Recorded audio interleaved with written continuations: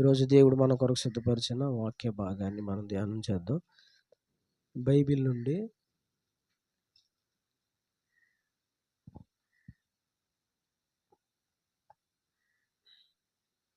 యెహెజ్కేలు గ్రంథము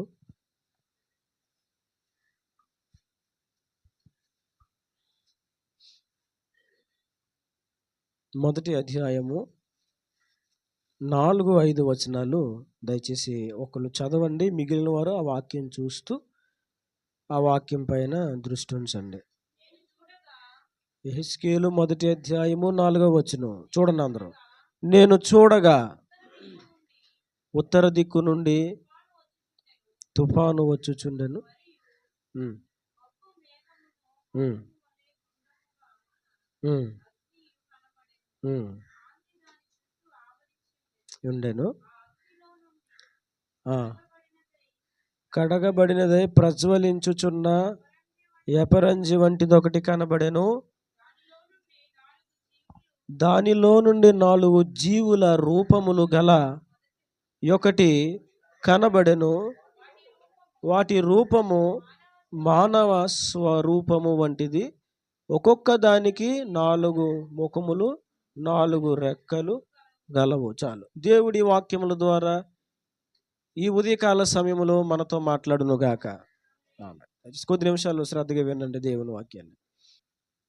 భక్తుడైనటువంటి ప్రవక్త అయినటువంటి యెహెజ్కేలు ఒక రోజున కేబారు నది ప్రదేశంలో ఉండి అక్కడ ఒక ప్రభు దర్శనాన్ని చూచాడు. ఆ ప్రభు దర్శనంలో అతడు ఒక 4 జీవులను చూశాడు. ఆ జీవుల గురించి తర్వాత రాయబడింది ఏంటంటే, అతను మాట్లాడుతుంటాడు, అవి నేను కెరూబు అని తర్వాత తెలుసుకున్నాను, చూచాను, గమనించాను, గుర్తించాను అని చెప్పి ఆ తర్వాత అధ్యాయాల్లో యెహెజ్కేలు మాట్లాడతాడు. కెరూబులను ఆయన చూచాడు. ఇవి ఎలా ఉంటాయంటే వాటికి 4 ముఖాలు ఉంటాయి, 4 రెక్కలు ఉంటాయి.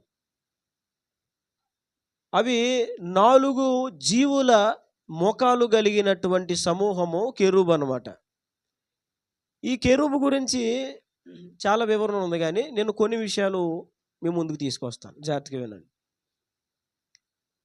4 కెరూబులు ఉంటాయి. ఈ 4 కెరూబుల పని ఏంటంటే, ఈ 4 కెరూబుల తలల మీద ఆకాశ విశాలమంతా ఒక విశాలమైన స్థలం ఉంటుంది. ఆ 4 కెరూబుల తలల పైన ఆకాశ విశాలమంత చోటు స్థలం ఉంటుంది. ఆ స్థలము పైన ధవల సింహాసనం ఉంటుంది. ఆ సింహాసనం మీద ప్రభు ఆసీనుడై ఉంటాడు. ఈ 4 కెరూబులు ప్రభు ఎక్కడికి వెళ్ళాలో అక్కడికి ఆయన తీసుకొని పోతా ఉంటాయి అన్నమాట. అంటే క్రీస్తుని మోస్తూ ఉంటాయి ఈ కెరూబుల పని అది. 4 కెరూబులు ఇవి. ఒక్కొక్క కెరూబుకి 4 ముఖాలు ఉంటాయి. ఒకటి మానవ ముఖము, రెండవది సింహ ముఖము, మూడవది ఎద్దు ముఖము, 4వది పక్షిరాజు ముఖము. 4 ముఖాలు ఉంటాయి కెరూబుకి. ముందొకటి, ఎడం వైపున ఒకటి, కుడి వైపున ఒకటి, వెనకాల ఒకటి, 4 ముఖాలు ఉంటాయి. వీటి పని ఒకటే, ప్రభువుని తీసుకువెళ్ళడం, ప్రభుని మోసుకుంటూ వెళ్తాయి. ఎక్కడికైనా అవి తీసుకెళ్తాయి. అందుకనే దావీదు కీర్తనల్లో మాట్లాడతాడు చూడండి. కీర్తన గ్రంథము 18వ అధ్యాయము 10వ వచనం. కీర్తనలు 18:10. కెరూబు మీద ఎక్కి ఆయన ఎగిరి వచ్చెను. చాలు. తర్వాత 80వ అధ్యాయం 1వ వచనం చూడండి. 80 1వ వచనం.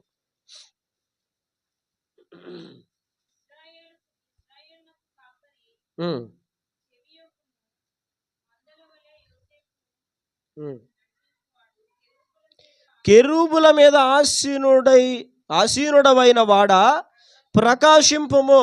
చూడండి, ఇక్కడ ఆసాపు కూడా మాట్లాడాడు, కీర్తనకారుడు కూడా మాట్లాడాడు. కెరూబుపై ఆసీనుడైన వాడా. ఆయన ఎవరు? కెరూబుల పైన ఆసీనుడై ఉండే దేవుడు.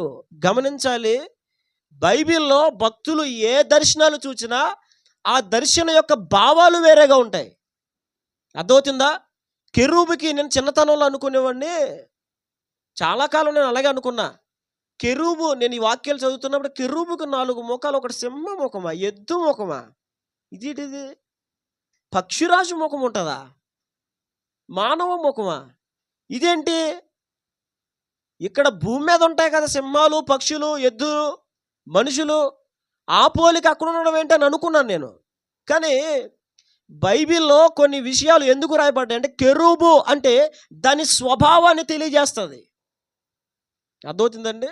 కొన్ని జంతువులు ఉంటాయి, ఆ జంతువులు వాటి స్వభావాన్ని తెలియజేస్తాయి. అవునా? కుక్క ఏమంటాం మనం? కుక్క, దాని బుద్ధి ఏంటి చెప్పాలి? అర్థమవుతుందా?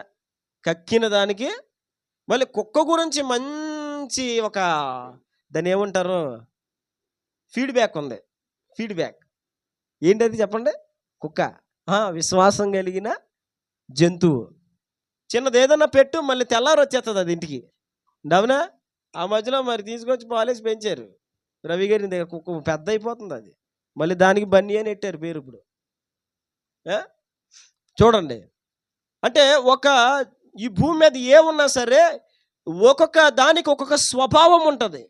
పంది అనగానే మనకు గుర్తొస్తుంది ఏమని? ఒరే పందిలాగా ఉన్నాడురా, పందిలా బతుకుతున్నాడురా అంటారు. అంటే ఏంటి? వాడికి మార్పు అనేది లేదు, మరలా అదే పరిస్థితి, అదే బురదలో దొరుకుతాడు. వాడికి ఎన్నిసార్లు చెప్పినా వాడిది పంది బతుకు అంటారు. అర్థమవుతుందా? ఇలా కెరూబు గురించి వ్రాయబడింది, కెరూబు యొక్క వర్ణన గురించి వ్రాయబడింది. ఇవన్నీ ఏం తెలియజేస్తున్నాయి అంటే కెరూబు స్వభావమును తెలియజేస్తున్నాయి. అంతేకాదు 4 ముఖాలు ఆ జంతువుల స్వభావాలు తెలియజేస్తున్నాయి. వాటి గురించే దేవుడు మాట్లాడాడు. అర్థమవుతుందంటే ఆ స్వభావం తెలియజేస్తుంది. ఈ 4 కెరూబులు ఏం చేస్తాయంటే ప్రభువుని మోసుకుంటూ పోతూ ఉంటాయి. వాటి పని అదే. అర్థమవుతుందండి? ప్రభు యొక్క వాహనముగా అవి ఉంటాయి అన్నమాట. ఎక్కడికి వెళ్తే ప్రభువుని అవి తీసుకెళ్తా ఉంటాయి. వాటి తలల మీద ఆకాశ విశాలమంత ప్రాంతం ఉంటుంది. ఆ విశాలములో ఆయన ఆసీనుడై ఉంటాడు సింహాసనం మీద. ఇవి మోసుకొని పోతూ ఉంటాయి. అందుకే పాత నిబంధనలు మనకు తెలుసు కదా, పాత నిబంధనలు దేవుడు మోషేకి చెప్పాడు, మీరు మందసము చేయాలి, దానికి 4 కర్రలు 4 కోళ్ళు పెట్టాలి, దానికి 4 ఉంగరములు వేయాలి, దానికి 2 కర్రలు చేయాలి. ఇప్పుడు ఆ మందసభను 4 మోయాలి. ఎంతమంది మోయాలి? పాత నిబంధన నుంచి దేవుడు చెప్పాడు. అర్థమవుతుందా? అంటే కెరూబు నుంచి దేవుడు మనకు చెప్తుంది ఏంటంటే మనం ప్రభువుని మోయాలి. ఎవరిని మోయాలి? ప్రభువుని మోసేవారిగా మనం ఉండాలి. అది మనకి తెలియజేయడం కోసం సాదృశ్య రూపంగా దేవుడు తన భక్తులకు దర్శనములో తెలియజేశాడు. కెరూబులు ఎలా అయితే ప్రభువుని మోసుకుంటూ వెళ్తున్నాయో మనము మన జీవితంలో నిత్యము ప్రభువుని అలాగే మోసుకుంటూ పోవాలి. దేవునికి మహిమ కలుగును గాక. ఊరికి వెళ్తున్నాడు ప్రభువుని మోసుకెళ్తున్నారండి? జాబ్కి వెళ్తున్నాడు ప్రభువుని మోసుకెళ్తున్నారా? ప్రార్థనకు వచ్చినప్పుడు ప్రభువుని ఎంతమంది ప్రభువుని మోసుకొచ్చారు? ఊరుకోండి, బండి మీద 2 వీలర్ మధ్య 2 వీలర్, నేను మా ఆవిడ అంతే, పిల్లలకి అంతే. అంతకుమంది ఎక్కడ మోసుకొస్తా? అదే ప్రభువుని మోయాలని మనకు బరువేం కాదు. అవునా? ప్రభా నువ్వు రా అంటే అయినా వచ్చేస్తాడు. మళ్ళీ ఆయనకి ప్రత్యేకంగా కుర్చీ ఏ అవసరం లేదు. అదవుతుందా? కొన్ని చోట్ల కొన్ని మందిరాల్లో 3 కుర్చీలు వేసేసి 3 ముసుగులు వేసేస్తారు కుర్చీలకి. ఎందుకు వేస్తారు అలాగా?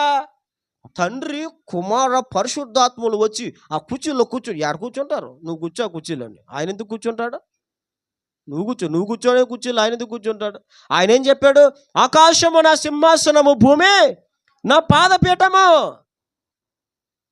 ప్రభు మనతో రావాలంటే మరి ఆయనకు ప్రత్యేకం కారులో సీట్ ఉండాలి కదా, బండి మీద చోటు ఉండాలి కదా. ఆయన రావాలంటే మరి ఇక్కడ 3 కుర్చీలు వేయాలిగా. మందిరంలో 3 కుర్చీలు అవసరం లే, కుర్చీలు అయిపోయి వస్తాడు ఆయన. కానీ బరువా మోసుకెళ్ళడానికి దేవుణ్ణి? ప్రభువుని మోయడానికి భారం అయిపోతుంది ఈరోజు చాలా మందికి. ప్రభువుని మోయడానికి ఇబ్బంది ఏమొచ్చింది? ప్రభువుని మోయడం అంటే ఏంటి? ఆయన ఆజ్ఞల విధులు గైకోవడమే. నా సిలువ ఎత్తుకొని నన్ను వెంబడించకపోతే వాడు నాకు పాత్రుడు కాదు అని కొత్త నిబంధనలో ప్రభు చాలా తేటగా చెప్పారు. మనం ఎలా ఉండాలి తెలుసా? ప్రభువుని మోసేవాళ్ళుగా ఉండాలా. ఎలా ఉండాలా? ప్రభువుని మోసేవారిగా ఉండాలి. ఎక్కడ వెళ్ళినా ప్రభువుని తీసుకువెళ్ళాలా, ప్రభువుని మోసుకొని పోవాలి. ఆయన బరువేం కాదు. నీకు బరువు అయిపోవడానికి ఆయన మట్టి బొమ్మ కాదు. నువ్వు రమ్మంటే నీతో పాటుగా ఆయన వస్తాడు. అందుకే నీ సన్నిధి మాతో రాని ఎడల మేము పోమన్నాడు మోషే. అంటే నీ సన్నిధి మాతో రావాలి, నువ్వు మాతో రా. మోషే ఎవరిని మోసుకెళ్ళాడు? ప్రభువుని మోసుకెళ్ళాడు. కెరూబుల నుంచి మనం తెలుసుకోవాల్సిన మొదటిది, మనము ఎక్కడికి వెళ్ళినా ప్రభువుని మోసుకొని వెళ్ళాలి. ఊరికి వెళ్ళినప్పుడు డబ్బులు చూసుకుంటాం కానీ ప్రభు వస్త్రాలే చూసుకుంటాం మనం. ఊరు అనేసరికి ఇంకా ఇక ఇక ఏముండదక. ఊరు ఏంటదే చెప్పండి. ఊరు అనగానే ప్రభువా ప్రార్థన, అబ్బే ఇక ఏమి లేదు, ఇక ఏమి లేదక. అందు దెబ్బ నీళ్ళేసుకోవడం, ఇంకెక్కడెక్కడ పడేయడం, ఇంకంతే జంప్. కానీ అయ్యో ప్రభువుని తీసుకెళ్తున్నావా? కానీ కెరూబుల పని ఏంటంటే నిత్యము ప్రభువుని మోయుటయే వాటి పని. నీవు నీ జీవితంలో ప్రభువుని మోయాలి అనగా ఆయన ఆజ్ఞలు గైకోవాలి, ఆయన విధులు గైకోవాలి. ఇంకా ప్రభువుని మోయడం అంటే ఆయన పని చేయాలి. ఏం చేయాలి? ఆయన పని చేయాలి. ప్రభువుని మోయడం అంటే అదే. ఎంతమంది ప్రభువుని మోస్తున్నారు ఈ రోజున? మనము ప్రభువును మోసేవారుగా ఉండాలి. ఆ కెరూబుల రెండవ పని మీకు జ్ఞాపకం చేస్తాను చూడండి. కెరూబుల యొక్క రెండవ పని అంటే మీకు జ్ఞాపకం చేస్తాను. కెరూబుల నుంచి మనం నేర్చుకోవాల్సిన రెండవ విషయాన్ని మీకు తెలియజేస్తాను. మొదటి అధ్యాయంలోనే, అదే హెస్కేలు గ్రంథం మొదటి అధ్యాయములో చూడండి 7వ వచనం చదవండి. 7వ వచనం, వాటి కాళ్ళు చక్కగా నిలవబడినవి, వాటి అరికాళ్ళు చూడండి, ఈ చూడండి, వాటి అరికాళ్ళు పెయ్యకాల వలె ఉండెను, అవి తలతలలాడు ఇత్తడి వలె ఉండెను. ఇత్తడి అనే దానికి బలానికి సాదృశ్యం. ఇత్తడి అంటే చక్కగా నిలబడుతున్నది అంటే స్థిరత్వానికి సాదృశ్యం.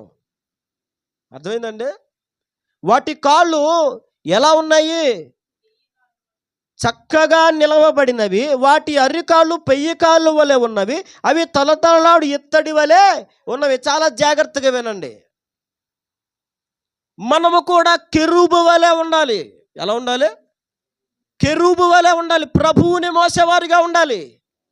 ఆ రోజున ఇశ్రాయేలీయులు మందసమును మోసారు.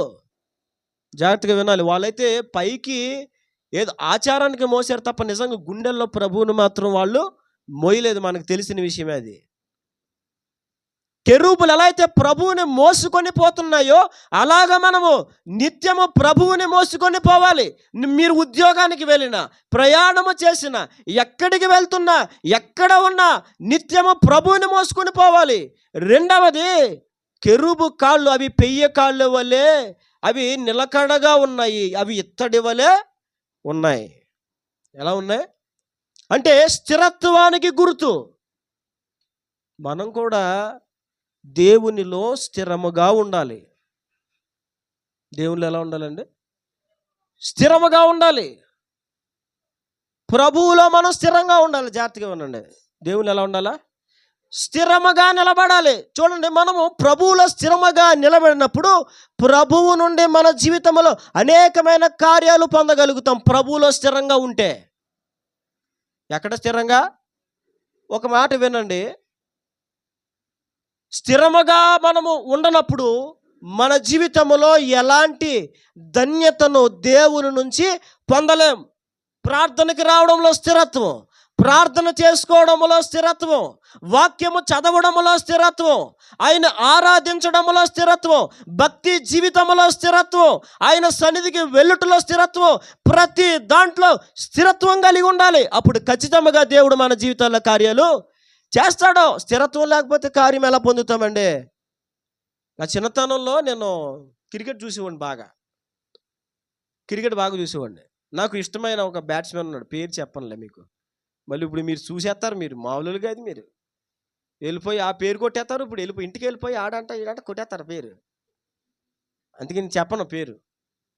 ఎందుకంటే కొన్ని తెలుసుకోవాలి, కొన్ని అనుభవాలు, కొన్ని విషయాలు మనకు అర్థం అవ్వాలంటే కొన్ని ఉపమానాలు మనం తెలుసుకోవాలి. చిన్నప్పుడు క్రికెట్ నేను బాగా చూసేవాడిని.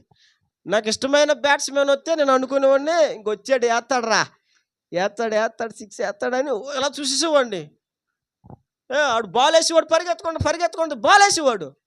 మావాడు అప్పుడు ఇప్పుడు కాదు, అప్పుడు ఎవడో మావాడు బ్యాట్స్మెన్ ఏం చేసేవాడు అంటే పరిగెత్తుకునేవాడు బాల్ ఎత్తే టిక్కుమని బ్యాట్ ఇట్టివాడు ఇలాగా ఏటి కొట్టాడు ఏటీడు. మనోడు మళ్ళీ లేటుగా వచ్చేవాడు లాస్ట్లో. అర్థమవుతుంది. ఇంక ఓవర్లన్నీ అయిపోతున్న టైంలో వచ్చేవాడు. ఓవర్లన్నీ అయిపోతున్న టైంలో రే కొట్టాలి కదరా, కొట్టకపోతే స్కోర్ ఎలా పెరుగుతుంది, కొట్టాలి కదా. ఈ కొట్టివాడు కాదు, ఒక ఓవర్ అంతా ఇలాగా అడ్డెట్టివాడు తెడ్లాగా.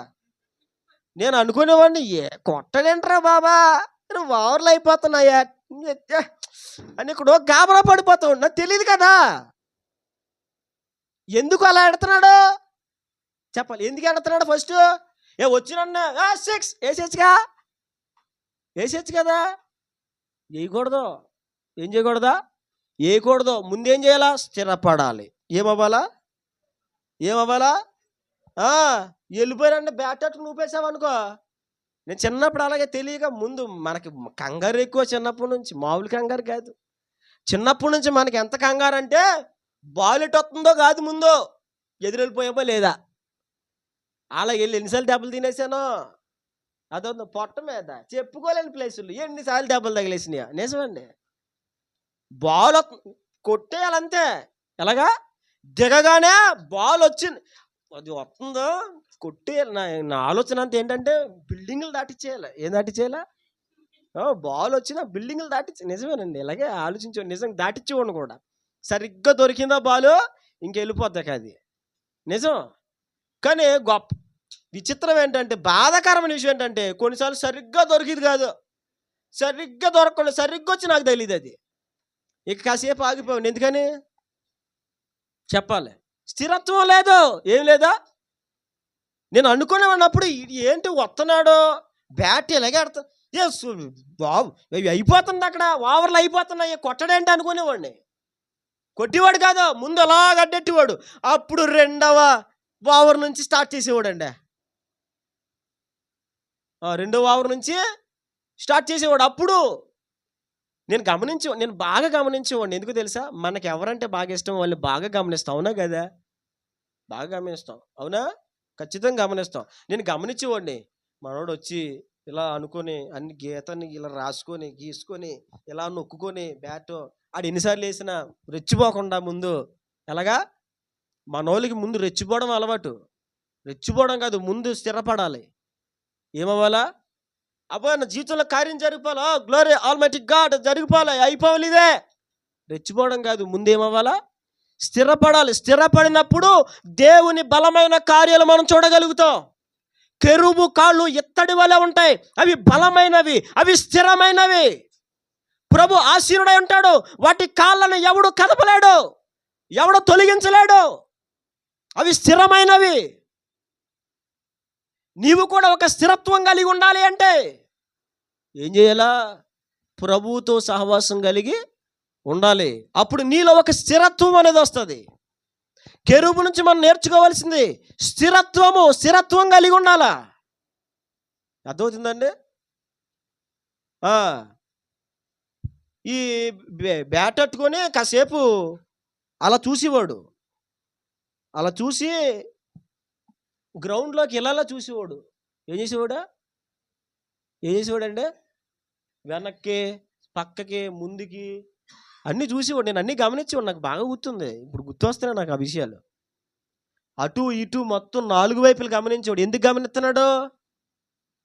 గమనిస్తున్నాడు? చూసుకుంటున్నాడు. ఏం చూసుకుంటున్నాడు? అది చూసారా? ఏం చూస్తున్నాడా? ప్లేస్ చూస్తున్నాడు. గ్యాప్ ఎక్కడుందరా అని చూసుకుంటున్నాడు. వీడు బాల్ వేసేవాడు వికెట్ చూసుకుంటాడు. కొట్టివాడు ఏం చూస్తాడు? గ్యాప్లు ఎక్కడున్నారా అని చూస్తాడు. గ్యాపులు దొరికినాయా, అనుకూలంగా రాలేదనుకో 4 లాగుతాడు. గ్యాప్లు ఏమి లేవా డైరెక్ట్ లేపుతాడు 6. చూసారండి? మీకు ఎందుకు నేను చెప్తున్నానంటే, ముందు స్థిరపడితే ఏమవ్వాలా? స్థిరపడినప్పుడు జీవితంలో విజయాన్ని చూడగలం. స్థిరపడినప్పుడు జీవితంలో కార్యాన్ని చూడగలం. స్థిరత్వం లేనప్పుడు ఏ కార్యాలు కూడా మనము చూడలేము. కెరూబులో నుంచి మనం నేర్చుకోవాల్సినదే స్థిరముగా దేవునిలో నిలబడాలి. స్థిరముగా దేవునిలో నిలబడకుండా మన జీవితంలో కార్యాలు జరగాలి అంటే జరగవు. ఒకవేళ జరగొచ్చేమో, కానీ అవి స్థిరముగా మన జీవితంలో నెరవేరకపోవచ్చు. బైబిల్లో స్థిరముగా నిలబడిన భక్తులు కొంతమంది ఉన్నారు. చూడండి, నేను మీకు జ్ఞాపకం చేస్తాను త్వరగా.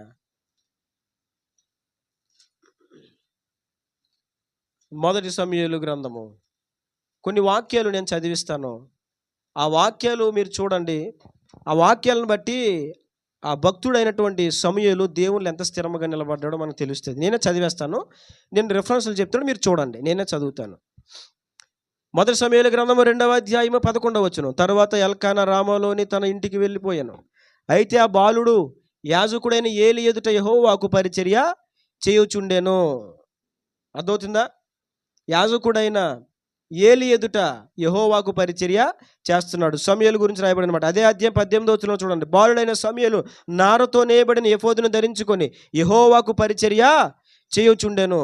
ఆ తర్వాత 21వ వచనం చూడండి. యెహోవా హన్నాను దర్శింపగా ఆమె గర్భవతి అయి 3 కుమారులను 2 కుమార్తెలను కనెను. అయితే బాలుడగు సమూయేలు యెహోవా సన్నిధిని ఉండి ఎదుగుచుండెను. ఇక్కడ అంతా మీకు ఏం కనిపిస్తుంది? యెహోవా సన్నిధి, యెహోవా మందిరము, ఇవే కనబడతాయి. చూడండి. తర్వాత అదే అధ్యాయం 26వ వచనంలో బాలుడగు సమూయేలు ఇంకను ఎదుగుచు యెహోవా దయ్యందును మనుషుల దయ్యందును వర్ధిల్లుచుండెను. ఆ తర్వాత చూడండి, మీకు ఇంకా చూపిస్తాను కొన్ని రెఫరెన్స్లు. 3వ అధ్యాయం 1వ వచనం. బాలుడైన సమూయేలు ఏలి ఎదుట యెహోవాకు పరిచర్య చేయుచుండెను. అదే 3వ అధ్యాయం 3వ వచనంలో దీపం ఆరిపోక మునుపు సమూయేలు దేవుని మందసమున్న యెహోవా మందిరములో పండుకొని ఉండెను. ఆ తర్వాత అదే 3వ అధ్యాయము 15వ వచనంలో చూడండి. తర్వాత సమూయేలు ఉదయముగు వరకు పండుకొని లేచి యెహోవా మందిరపు తలుపులను తీసెను. గాని చాలు. ఇక్కడ మీరు మిమ్మల్ని చదివించిన ఈ వాక్య భాగాలు, నేను చదివిన వాక్య భాగాలన్నిటి ద్వారా మనకి ఏమర్థం అవుతుందంటే, సమూయేలు దేవుని సన్నిధిలో స్థిరముగా నిలబడి ఉన్నాడు. ఎలా ఉన్నాడు? స్థిరముగా నిలబడి ఉన్నాడు. వాస్తవానికి సమూయేలు ఉన్న ప్రాంతము స్థిరముగా నిలబడడానికి అనుకూలంగా ఉన్న ప్రాంతం కాదు. ఇది గుర్తుపెట్టుకోండి. కెరూబులోంచి మనం నేర్చుకోవాల్సిన పాఠం అది, స్థిరముగా నిలుచుట. స్థిరముగా నిలిచినప్పుడు దేవుడు వాడుకుంటాడు. కెరూబును తనకు వాహనముగా వాడుకున్నాడు. కెరూబును తనకు రథముగా వాడుకుంటున్నాడు. కెరూబును తన పరిచర్య కొరకే దేవుడు వాడుకుంటున్నాడు. పరలోకములో 4 కెరూబులను ఎందుకు వాడుకుంటున్నాడు? వాటి కాళ్ళలో స్థిరత్వం ఉన్నది. వాటి కాళ్ళలో చంచలత్వం లేదు. మనలో స్థిరత్వం ఉన్నప్పుడు దేవుడు మనల్ని వాడుకుంటాడు. సమూయేలు దాను మొదలుకొని బేర్షెబ వరకు దేవుని పరిచర్య చేసే గొప్ప ప్రవక్తగా మార్చబడుటకు గల కారణం ఏంటంటే, సమూయేలు దేవుని సన్నిధిలో స్థిరముగా నిలిచి ఉండు వ్యక్తి. అక్కడ పరిస్థితి చూస్తే సేవకుని కొడుకులే భయంకరమైన పాపంలో బ్రతుకుతున్నారు. అక్కడ పరిస్థితి చూస్తే సేవకులి పిల్లలే అక్కడికి వస్తున్న ఆడపిల్లలతో వ్యభిచారం చేస్తున్నారు. అక్కడ పరిస్థితి చూస్తే సేవకులి పిల్లలే వస్తున్న అర్పణలను దుర్వినియోగం చేస్తున్నారు. వస్తున్న కానుకలతో సుఖభోగాలు చేస్తున్నారు. దేవుని మందిరానికి వస్తున్న అర్పణల చేత జల్సా చేస్తున్నారు. సేవకుని పిల్లలే భ్రష్టత్వంలో బ్రతుకుతున్నారు. పేరుకే దేవుని మందిరం, కానీ అక్కడ మొత్తము చీకటి అలుముకొని ఉన్నది, పాపము అలుముకొని ఉన్నది, భక్తిహీనత అలుముకొని ఉన్నది, భ్రష్టత్వము అలుముకొని ఉన్నది. ఇలాంటి పాప చీకటి భ్రష్టత్వపు ఛాయలలో బ్రతికిన సమూయేలు దేవుల్లో మాత్రం స్థిరంగా నిలబడ్డాడు. దేవునికి మహిమ కలుగును గాక. నీవు దేవుల్లో స్థిరముగా ఉంటే, ప్రార్థనలో స్థిరముగా ఉంటే, వాక్యములో స్థిరముగా ఉంటే, దేవుని సహవాసములో నువ్వు స్థిరముగా ఉంటే, ప్రభు బలలో నువ్వు స్థిరముగా ఉంటే, ఆదివారం ఆరాధనలో నువ్వు స్థిరముగా ఉంటే, దేవుడు నీ జీవితంలో కార్యాలు చేస్తాడు. సమూయేలు ఎప్పుడు కూడా నేనెందుకు మంచిగా బ్రతకాలి, వీళ్ళందరూ చెడిపోయారు కదా, నేనొక్కడిని ఎందుకు ఇలా ఉండాలనుకోలేదు. ఎవరు చెడిపోతున్నా, ఎవరు పాడైపోతున్నా, ఎవడు భక్తిహీనతలో బ్రతుకుతున్నా, తన కళ్ళ ముందు వ్యభిచారం జరుగుతున్నా, తన కళ్ళ ముందు సేవకుని కుమారులే భ్రష్టత్వంలో బ్రతుకుతున్నా, తాను మాత్రం దేవుని సన్నిధిలో స్థిరముగా నిలబడ్డాడు. దేవునికి మహిమ కలుగును గాక. నువ్వు స్థిరముగా నిలబడు, దేవుని కార్యాన్ని జీవితంలో చూడగలుగుతావు. స్థిరముగా నిలబడగలిగితే. సమూయేలు స్థిరముగా ఉన్నాడు. ఒక తల్లిదండ్రుల ఆదరణ లేదు, తల్లిదండ్రుల ధైర్యం లేదు, తల్లిదండ్రుల ప్రోత్సాహం లేదు. అంటే సమూయేలుకి ఏముందండి? సమూయేలుకి చదువు ఉందా? సమూయేలు దగ్గర తల్లిదండ్రులు ఉన్నారా? చెప్పాలి. ప్రోత్సహించే వాళ్ళు ఎవరైనా ఉన్నారా? సమూయేలు దగ్గర పిన్ని, లేకపోతే అమ్మమ్మ, నానమ్మ, తాతయ్య ఎవరైనా ఉన్నారా? ఎవ్వరూ లేరు. చాలా ప్రతికూల పరిస్థితిలో ఉన్నాడు, కానీ దేవుని పని విషయంలో స్థిరముగా ఉన్నాడు. దేవునికి మహిమ కలుగును గాక. కెరూబులో ఉన్నది అదే స్థిరత్వము. స్థిరత్వముగా నిలబడే కెరూబులను దేవుడు తనకు వాహనములుగా వాడుకుంటున్నాడు. నీవు దేవుని సన్నిధిలో స్థిరముగా నిలబడగలిగితే, అర్థమవుతుందా? శోధన ఎదురైనా, వ్యాధి ఎదురైనా, బాధ ఎదురైనా, ఇబ్బంది ఎదురైనా, నీవు దేవునిలో స్థిరముగా నిలవబడగలిగితే, నీ స్థిరత్వమును కదిలించడానికి నీ జీవితంలో శ్రమలు రావచ్చు. నీ స్థిరత్వమును కదిలించడానికి నీ జీవితంలో వ్యతిరేకతలు రావచ్చు, అవమానాలు రావచ్చు, నిందలు రావచ్చు. నీ స్థిరత్వమును కదిలించడానికి అయినను నీవు దేవునిలో స్థిరముగా నిలబడగలిగితే, దేవుడు నిన్ను కూడా తనకు వాహనముగా, నిన్ను కూడా తనకు ఒక పాత్రగా, నిన్ను కూడా తనకు ఒక ఆయుధముగా దేవుడు వాడుకుంటాడు. దేవునికి మహిమ కలుగును గాక. ఎవరి ప్రోత్సాహం లేదు సమూయేలుకి. అర్థవుతుందా? ఒక మంచి చెప్పినోడు ఉన్నాడా? మంచి చెప్పినోడు ఉన్నా లేకపోయినా బుద్ధిగా స్థిరముగా దేవునితో సహవాసం చేశాడు. నా పనేంటి? నేను దేనికోసం ఉన్నాను? నేను ఒక మాట చెప్తున్నాను, మీరు ఏ పని చేసినా, అర్థమవుతుందా, వ్యక్తిగతంగా ప్రార్థన అనుభవాలు కలిగి ఉన్న ప్రతి దాని విషయంలో, అది పని విషయంలోనైనా, ప్రార్థన విషయంలోనైనా, మీరు వాక్యం చదివితే వాక్యం విషయంలోనైనా స్థిరత్వం కలిగి ఉండండి. ఏ విషయం గురించి అయినా ఒకవేళ ప్రార్థన చేస్తున్నా స్థిరత్వం కలిగి ఉండండి. కొన్ని విషయాల కొరకు ప్రార్థన చేసి ఆగిపోతారు చాలామంది. ఒక మాట చెప్తున్నాను, నీవు దేవుడు కార్యం చేసే వరకు దాని విషయమై స్థిరపడి ప్రార్థన చేయాలి. స్థిరముగా నిలబడి ప్రార్థన చేయాలి. దేవునికి మహిమ కలుగును గాక. ఖచ్చితంగా విజయాన్ని పొందుతాం. లోకములో ఉన్న క్రీడాకారులే ముందు స్థిరపడడానికి చూసుకుంటున్నారు, స్థిరపడడానికి చూస్తున్నారు. అర్థమవుతుందా?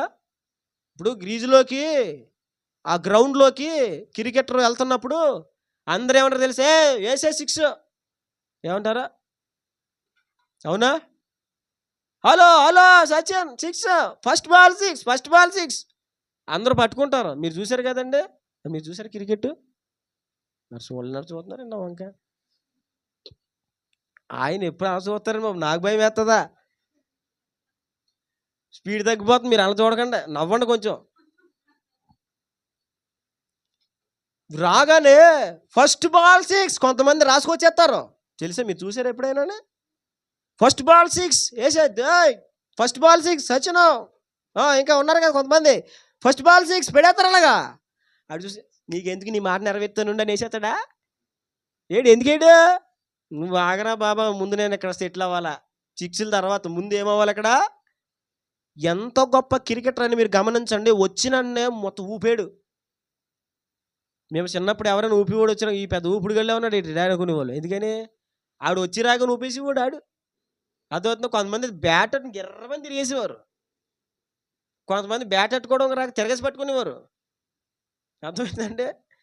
ఎలాంటి వాళ్ళు బోల్ మంది. నేనే ఊపేసేవాడిని. అర్థమవుతుందా? అక్కడ చూసేవాడిని, అక్కడ చూసి ఇక్కడికి వచ్చి ఏం చేసేవాడిని? ఆడికి లేగా నేను కూడా ఆ షాట్ ఈ షాట్. ఎక్కడ షాట్లు? ముందు ఏమవ్వాలి? అక్కడ స్థిరపడాలి. స్థిరపడినప్పుడు దేవుని కార్యాలు మన జీవితంలో చూడగలుగుతాం. సమూయేలు దేవుని మందిరములో స్థిరముగా ఉన్నాడు. ఎలా ఉన్నాడండి? స్థిరముగా. అర్థమవుతుందా? ఎంత వ్యతిరేక పరిస్థితి అయినా సరే దేవునిలో స్థిరముగా ఉన్నాడు. అక్కడ ఒక ప్రార్థన చేసుకోవడానికి అనుకూలం లేదు. ఎక్కడా?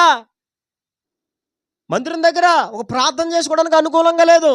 ఎందుకు లేదు? అల్లవెచ్చలు విడిగా తిరుగుతూ ఉంటే అక్కడ ప్రార్థన చేసుకోవడానికి అనుకూలత ఏముంటుంది? దేవుని మందిరం దగ్గర అనుకూలత లేకపోయినా సమూయేలు దేవుని సన్నిధిలో ప్రార్థన చేయుట మానల, దేవుని మందిరంలో పరిచర్య చేయుట మానల, దేవుని మందిరపు తలుపులు తెరుచుట మానల, దీపము ఆరిపోకుండా చూసుకోవడం మానల. ఏమి మానలా? మీకు విషయం చెప్పనా? సమూయేలుకి దేవుని పరిచర్య స్థిరముగా చేయడం తప్ప ఇంకోటి తెలియదు. దేవుని పని స్థిరంగా చేయడం తప్ప ఇంకొకటిది. నేను ఒక మాట చెప్తున్నాను, స్థిరంగా నువ్వు దేవుని పని చేయడు, స్థిరంగా ప్రార్థన చేయడు నువ్వు అలవాటు చేసుకుని ఇంకొకటి నీకేం తెలియవసరం లేదు, ఇంకోటి ఏమి దానికోసం నువ్వు ప్రాకులాడవసరం లేదు. నువ్వు అది స్థిరంగా చేయి, భక్తి ప్రార్థన పని నువ్వు స్థిరంగా చేయి, నీ జీవితంలో ఏ కార్యం చేయాలో ఆయన చేస్తాడు. దేవునికి మహిమ కలుగును గాక. అది స్థిరంగా చేయి, దేవుడు కార్యము చేసే వరకు చేయి, దేవుడు జవాబిచ్చే వరకు చేయి. ప్రార్థన పని ఏదైనా సరే స్థిరముగా చెయ్యి.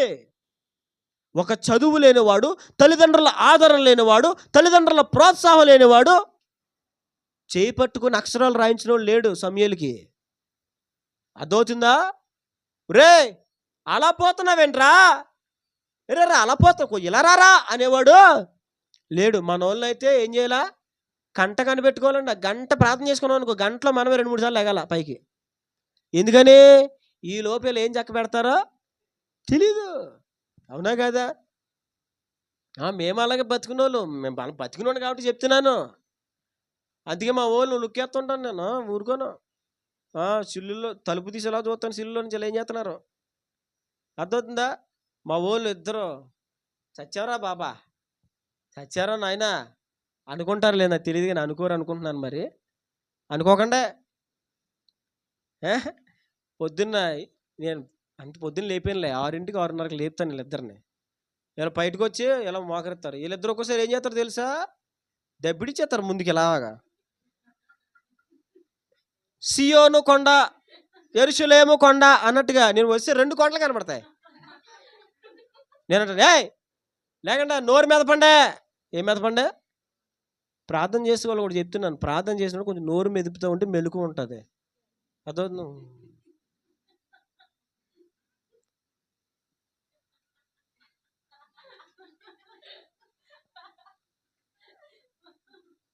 అర్థమవుతుందా? నోరు మెదుపుతూ ఉంటే శరీరంలో ఏదో ఒక అవయవము కదులుతూ ఉన్నప్పుడు నిద్ర అనేది రాదు.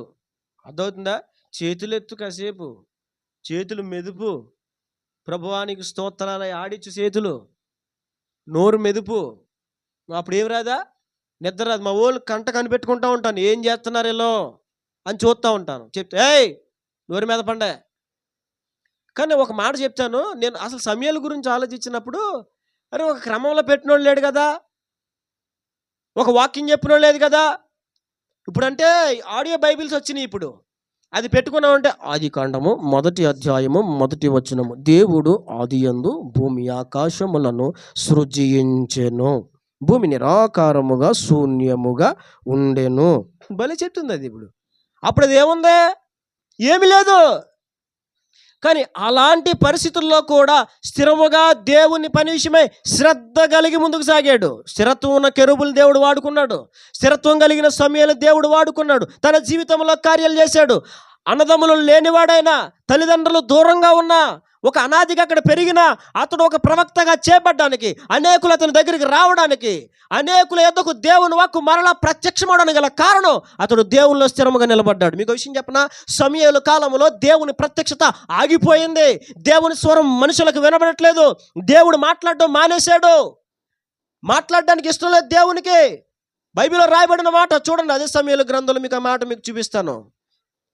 3వ అధ్యాయము, 1 సమూయేలు 3వ అధ్యాయం 1వ వచనం చూడండి. బాల్యుడైన సమూయేలు ఏలి ఎదుట యెహోవాకు పరిచర్య చేయుచుండెను. ఆ దినములలో యెహోవా వాక్కు ప్రత్యక్షమగుట అరుదు, ప్రత్యక్షము తరచుగా తటస్థించుటలేదు. ఆ దినములలో ఎలాగా? యెహోవాకు ప్రత్యక్షమగుట అరుదు, ప్రత్యక్షము తరచుగా తటస్థించుటలేదు. దేవుని ప్రత్యక్షత లేదు మనుషులకి. దేవుడు ఎవరితో మాట్లాడట్లేదు, ఎవరి వద్దకు రావట్లేదు. ఆయన మౌని అయిపోయాడు. దేవుని వాక్కు కొరకే ఇశ్రాయేలు ప్రజలు అల్లాడిపోతున్నారు. ఒక్క మాటయ్యా, ఫిలిష్తీయుల చేతిలో అణిచివేయబడుతున్నాము, ఫిలిష్తీయుల చేతిలో దోచుకొనబడుతున్నాము, వారి చేతిలో నలిగిపోతున్నాము, యాతన పడుతున్నాము. అయ్యా ఒక్క మాట. కానీ దేవుని ప్రత్యక్షత లేదు. ఎందుకని? ఎవరితో మాట్లాడతాడు ఆయన? స్థిరంగా దేవుని నిలిచినోడు ఎవడున్నాడు? స్థిరముగా ఎవడు దేవుని సన్నిధిలో నిలిచి ఉంటాడో వాడితో దేవుడు మాట్లాడతాడు. దేవునికి మహిమ కలుగును గాక. స్థిరముగా ఎవరు దేవుని సన్నిధిలో నిలిచి ఉంటారో వారి జీవితాల్లో దేవుడు గొప్ప కార్యాలు చేస్తాడు. స్థిరముగా ఎవరు దేవుని సన్నిధిలో నిలిచి ఉంటారో దేవుడు వారి జీవితాలను అంతకంతకు వర్ధిల్లింపజేస్తాడు. దేవునికి మహిమ కలుగును గాక. ఒక మాట చెప్తున్నాను, ప్రార్థనలో స్థిరత్వం కలిగి ఉండండి, వాక్య ధ్యానంలో స్థిరత్వం కలిగి ఉండండి, ఉపవాస అనుభవాల్లో స్థిరత్వం కలిగి ఉండండి, దేవుని సంఘ సహవాసములో స్థిరత్వం కలిగి ఉండండి. శుక్రవారం ప్రార్థనలో, ఆదివారం ప్రార్థనలో, సంపూర్ణ రాత్రి ప్రార్థనలో స్థిరత్వము కలిగి ఉండండి. నువ్వు స్థిరపరచబడితే అవి ఇత్తడి వలె ఉన్నాయి, వాటి కాళ్ళు, వాటిని ఎవడు కదపలేడు, బలముగా స్థిరముగా ఉన్నాయి. దేవుని పాదాలు కూడా ఇత్తడితోనే పోల్చబడ్డాయి, ఆయన పాదములు కూడా ఇత్తడితోనే పోల్చబడ్డాయి. ఇత్తడి స్థిరత్వానికి గుర్తు. సమూయేలు స్థిరంగా ఉన్నాడు దేవుని సన్నిధిలో. ఏ విషయంలోనూ స్థిరంగా ఉన్నావు చెప్పు ఒక మాట. ప్రార్థనలో స్థిరంగా ఉన్నావా? సంఘ సహవాసంలో స్థిరంగా ఉన్నావా? వాక్యం చదవడంలో స్థిరత్వం కలిగి ఉన్నావా? వ్యక్తిగత ప్రార్థనలో స్థిరత్వం కలిగి ఉన్నావా? బల్ల అనుభవాల్లో స్థిరత్వం కలిగి ఉన్నావా? ఆలోచించు. నేను ఒక మాట చెప్తున్నా, నువ్వేమి చూడకు, ముందు స్థిరపడడానికి ప్రయత్నాలు చేయి. స్థిరపడుట పైన గురిపెట్టు. దేనిపైన గురిపెట్టాలండి? మరి నాకు ఉందండి, నాకు ఉంది, పెద్ద పరిచర్య చేయాలి నాకు ఉంది, వేలాది మంది రావాలి నాకు ఉంది, ఉన్నతమైన సేవ చేయాలి నాకు ఉంది. కానీ ఇప్పుడు నేను చేస్తున్నానా? చేయట్లేదు. కానీ ఏం చేస్తున్నా తెలుసా? ముందు స్థిరపడడానికి ప్రయత్నం చేస్తున్నాను. దేనికోసం ప్రయత్నాలు చేయాలా? ఒకసారి చెప్పాను కదా, ఒక శుక్రవారం ప్రార్థన చెప్పాను. ఒలీవ చెట్టుకున్న ఒక లక్షణం, అది తన వేరు భూమిలోనికి బాగా లోతుగా తన్నుతుంది. ముందు పైకి ఎదగడం కంటే ముందు లోతుగా దాని వేరు వెళ్తుంది.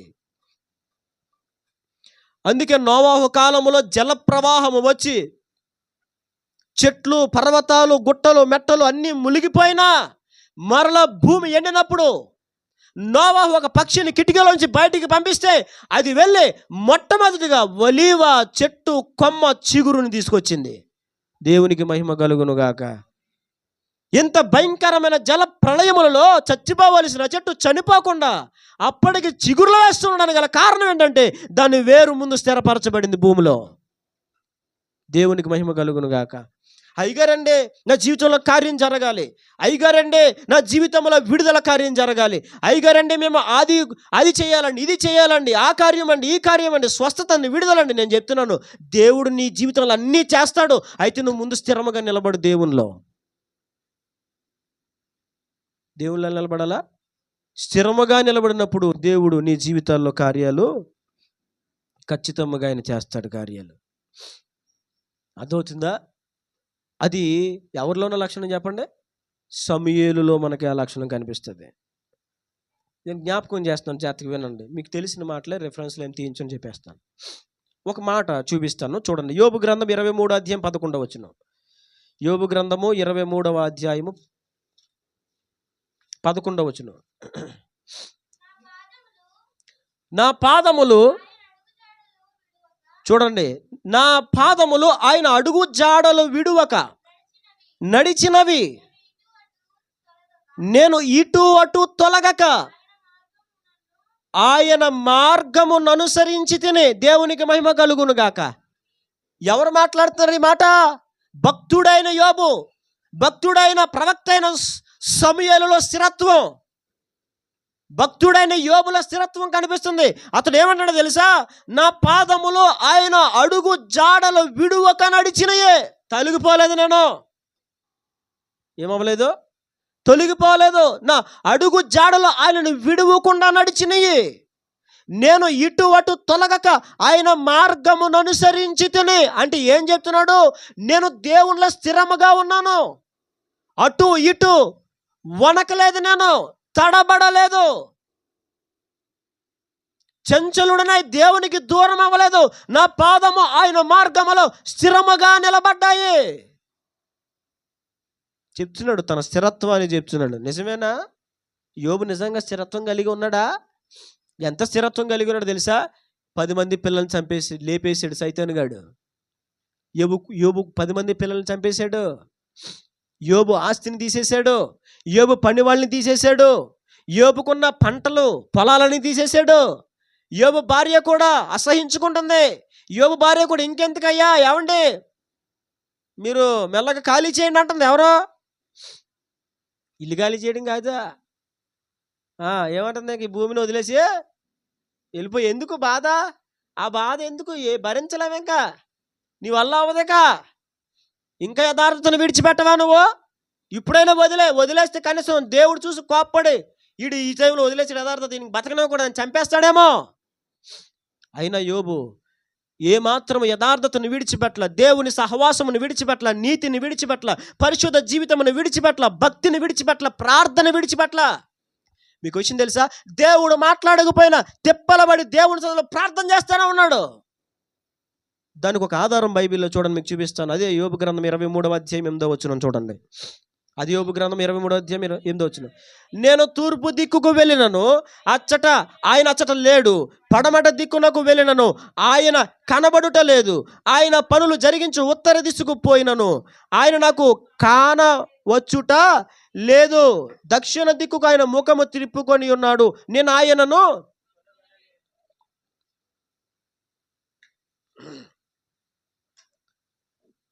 అర్థమవుతుందండి?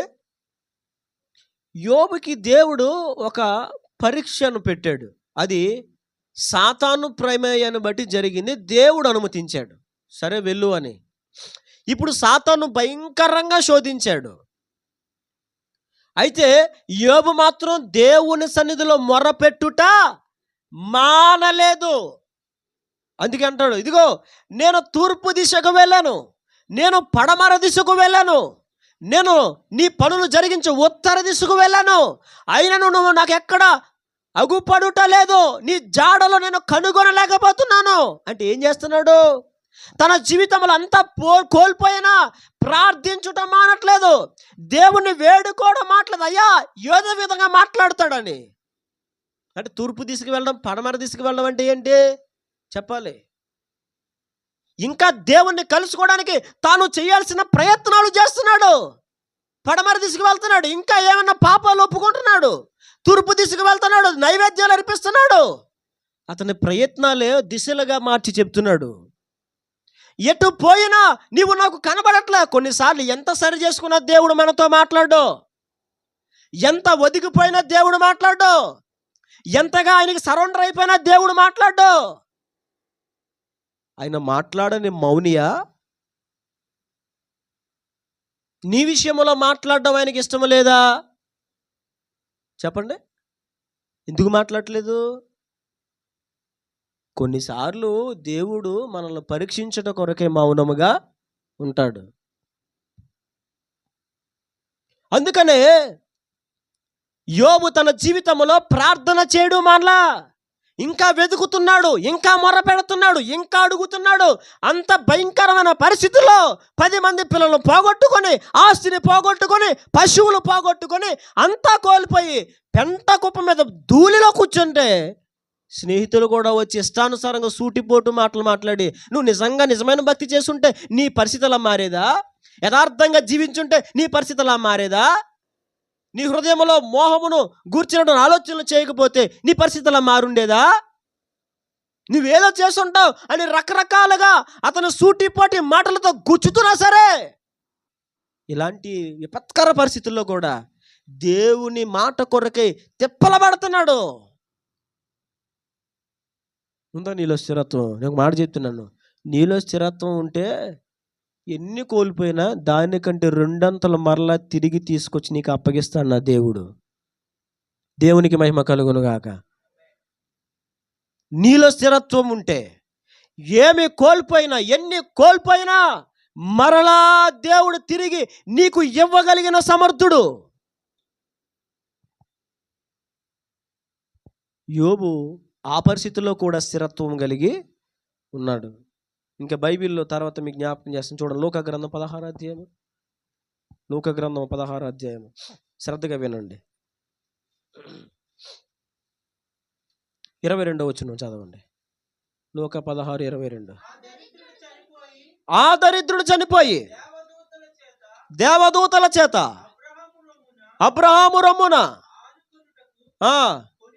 చాలు. ఆ దరిద్రుడు చనిపోయి, ఏ దరిద్రుడు?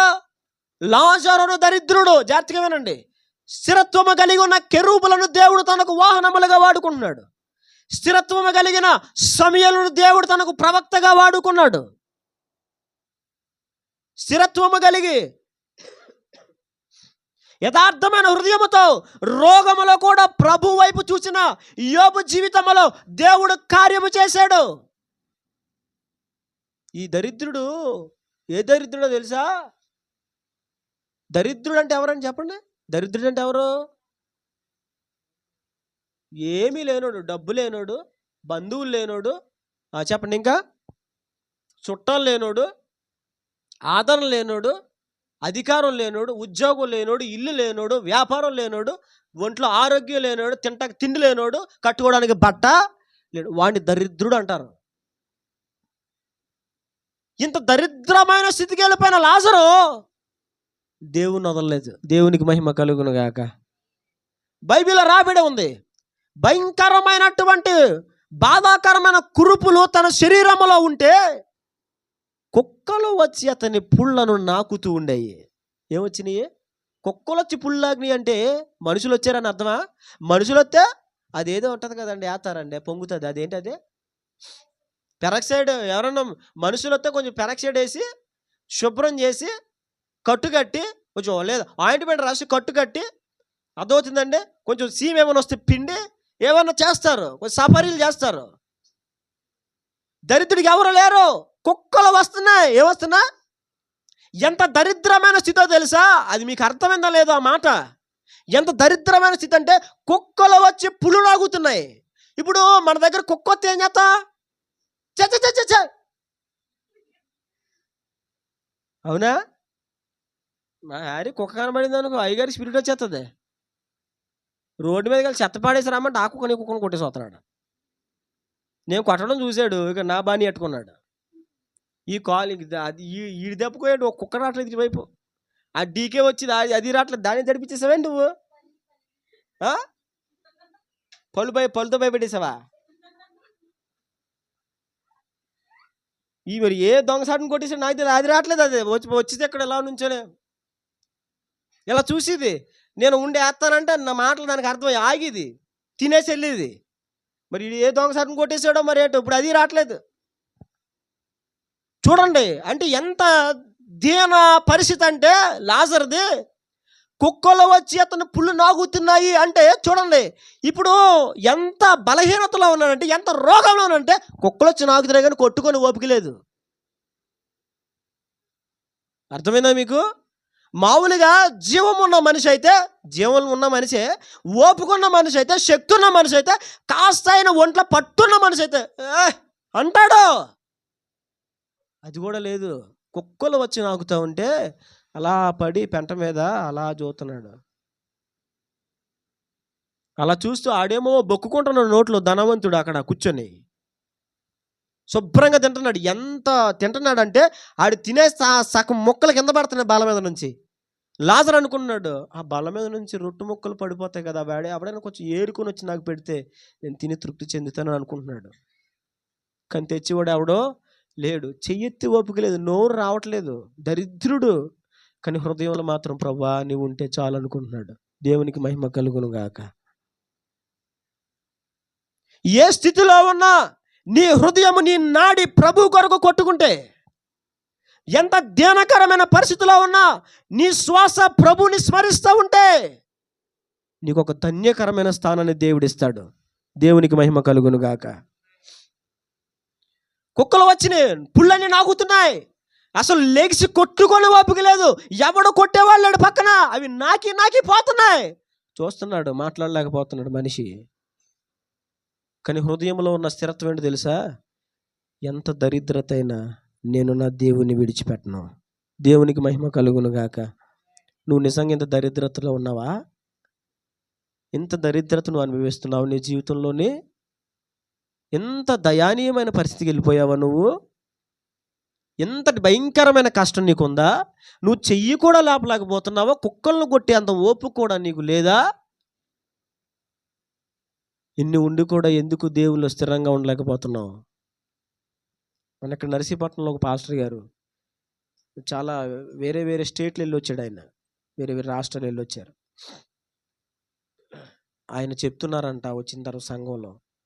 మన తిమోతి బ్రదర్ చెప్తూ ఉంటే నేను విన్నాను.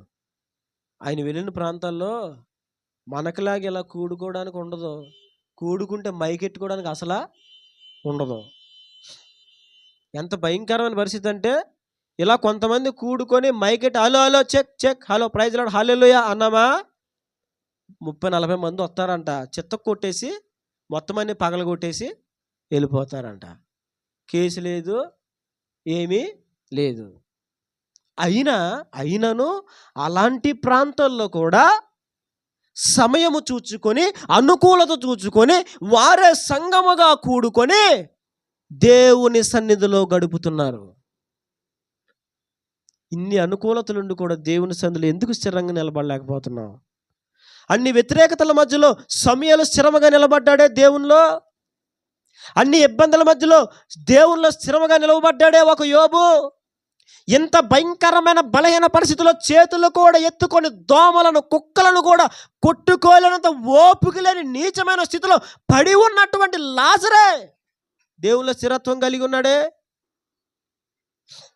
మరి నువ్వెందుకు స్థిరత్వం కలిగి ఉండలేకపోతున్నావు? నాకు మాట చెప్తున్నాను, స్థిరముగా నిలబడి దేవునిలో. నీ పక్షం గుండి నీ జీవితంలో దేవుడు కార్యం చేస్తాడు. అదే సమయంలో మరొక భక్తుని మాట మీకు జ్ఞాపకం చేస్తాను రండి. రోమిల్ రాసిన పత్రిక 8వ అధ్యాయము. రోమిల్ రాసిన పత్రిక 8వ అధ్యాయం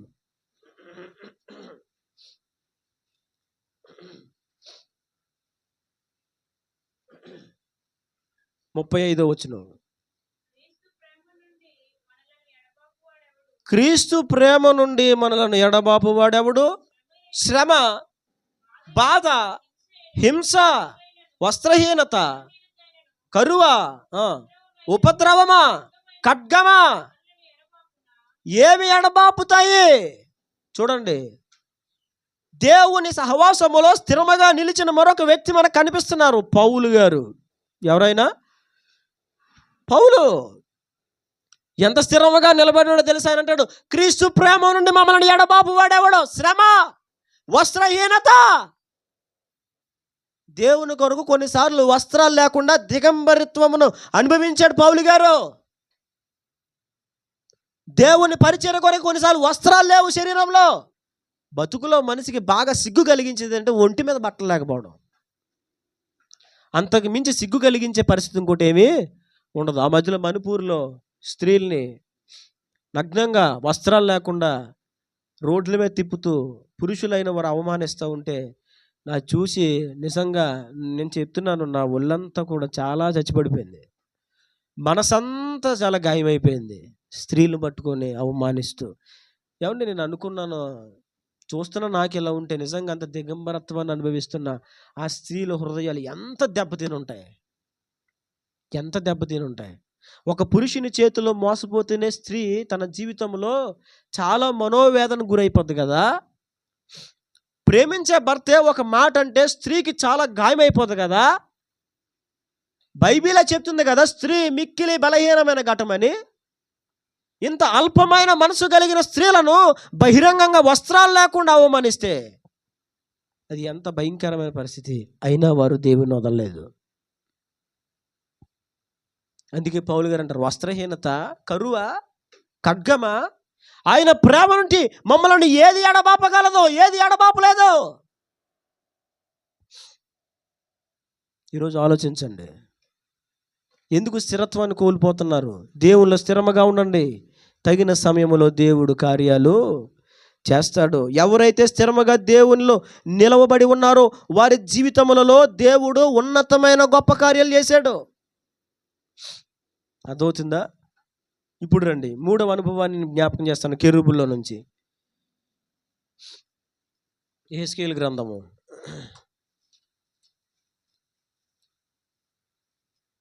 అదే 1వ అధ్యాయము 12వ వచనం చదవండి. అవన్నీ చక్కగా ఎదుటికి పోవచుండెను, అవి వెనుకకు తిరుగక ఆత్మ ఏ వైపునకు పోవచుండెనో ఆ వైపునకే పోవచుండెను. చాలు. 3వది, 1 దేవుణ్ణి మోస్తున్నాయి, రెండు స్థిరత్వం కలిగి ఉన్నాయి. మూడవది అక్కడ రాయబడిన మాట, అవన్నీ చక్కగా ఎదుటికి పోవుచుండెను, అవి వెనుకకు తిరుగక. ఆత్మ ఏ వైపునకు పోవుచుండెనో ఆ వైపునకే. కెరూబుల్లో ఉన్న మూడవ లక్షణం తెలుసా? అవి వెనుకకు తిరుగక ఆత్మ ఏ వైపుకు పోవుచున్నదో ఆ వైపుకే పోవుచుండెను. ఎక్కడ తిరక్క? వెనుకకు తిరుగక. మూడో విషయాన్ని మీకు జ్ఞాపకం చేస్తున్నాను. కెరూబుల్లో ఉన్న మూడు అనుభవము, అవి ఏమాత్రము వెనుక్కు తిరగవో. ఆత్మ ఏ చోటుకి పోతాయో ఆ చోటుకే. మాట చెప్తున్నాను, నీ జీవితంలో ఎప్పుడు వెనుకకు తిరక్కో. వెనుకకు తిరగకుండా సాగు. దేవుని సన్నిధిలో, దేవుని పరిచర్యలో, దేవుని సేవలో. శ్రమ వచ్చిందని వెను తిరగొద్దు, అపాయం వచ్చిందని వెను తిరగొద్దు, కష్టం వచ్చిందని వెను తిరగొద్దు, దేవుని వాక్యం నీకు కఠినంగా ఉందని వెను తిరగొద్దు. అర్థమవుతున్నాయి కదా నా మాటలు? ఏ పరిస్థితిని బట్టి వెను తిరగకుండా దేవునిలో సాగండి ముందుకి. అవి ఏమాత్రం వెనుకు తిరగవవి. వెనుకు తిరిగే స్వభావం వాటికి లేదు. నా జీవితంలో కార్యం జరగలేదు కదా, మరలా వెనక్కి వెళ్ళిపోతాను. నా జీవితంలో కార్యం జరగలేదు కదా, ఇంకా ప్రార్థన చేయడం మానేస్తాను. నా జీవితంలో కార్యం జరగలేదు కదా, దేవుని మందిరానికి వెళ్ళడం మానేస్తాను. నా జీవితంలో కార్యము జరగలేదు కదా, పరిశుద్ధంగా ఇంకా జీవించను అని వెను తిరగకూడదు. మనం కార్యాలు జరగకపోతే మరలా వెళ్ళి మందు షాపులో మందు తెచ్చుకుని తాగే వాళ్ళు ఉన్నారండి. కార్యాలు జరగకపోతే మళ్ళీ దేవుని పక్కన పెట్టేసి యథావిధిగా మరలా భక్తిహీనతలో జీవించే వాళ్ళు చాలామంది ఉన్నారు. కార్యాలు జరగలేదని అందరిని వదులుకొని, అన్నీ వదులుకొని వచ్చిన వాళ్ళు, కార్యాలు జరగలేదని మరలా వాటన్నిటిని కలుపుకొని మరలా లోకంలో కలిసిపోయిన వాళ్ళు చాలామంది ఉన్నారు. నేను ఒక మాట చెప్తున్నాను, ఏ పరిస్థితి అయినా వెనుదిరగకుండా ముందుకు వెళ్ళు. వెనుదిరగని నైజము కలిగిన కెరూబులను దేవుడు తనకు వాహనములుగా వాడుకుంటున్నాడు. ఏ విషయంలో వెనుక తిరుగుతున్నావు? ఏ విషయంలో వెను తిరగడానికి వీలు లేదు. అది భక్తిలోనా, ప్రార్థనలోనా, సహవాసంలోనా, పరిశుద్ధ జీవితంలోనా, నీతి, యథార్థత, దేంట్లో ఎందులోనైనా అస్సలు మనం వెను తిరగకూడదు. ఒక తీర్మానం చేసుకోవాలి, ప్రభా ఎట్టి పరిస్థితులను వెనక్కి తిరగను.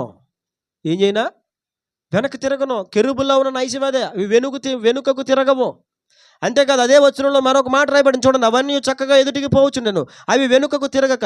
ఆత్మ ఏ వైపునకు పోవుచుండెనో ఆ వైపునకే పోవుచుండెను. అవి ఏం చేస్తాయంట? ఆత్మ ఏ వైపునకు పోవుచుండెనో ఆ వైపునకే. అంటే పరిశుద్ధాత్మ దేవుడు ఏ వైపుకి వెళ్తాడో అవన్నీ కూడా ఆ వైపుకే. అంటే ఏంటి? ఆత్మ నడిపింపును అనుసరించాలి. దేవునికి మహిమ కలుగును గాక. ఆత్మ నడిపింపును అనుసరించాలి. నీ ఆలోచన ప్రకారంగా కాదు, నీ ఉద్దేశ ప్రకారంగా కాదు, ఆత్మను అనుసరించి, పరిశుద్ధాత్మను అనుసరించి నడవాలి. పరిశుద్ధాత్మను అనుసరించడం అంటే ఏంటి చెప్పాలి. పరిశుద్ధాత్మను అనుసరించడం అంటే ఏంటి?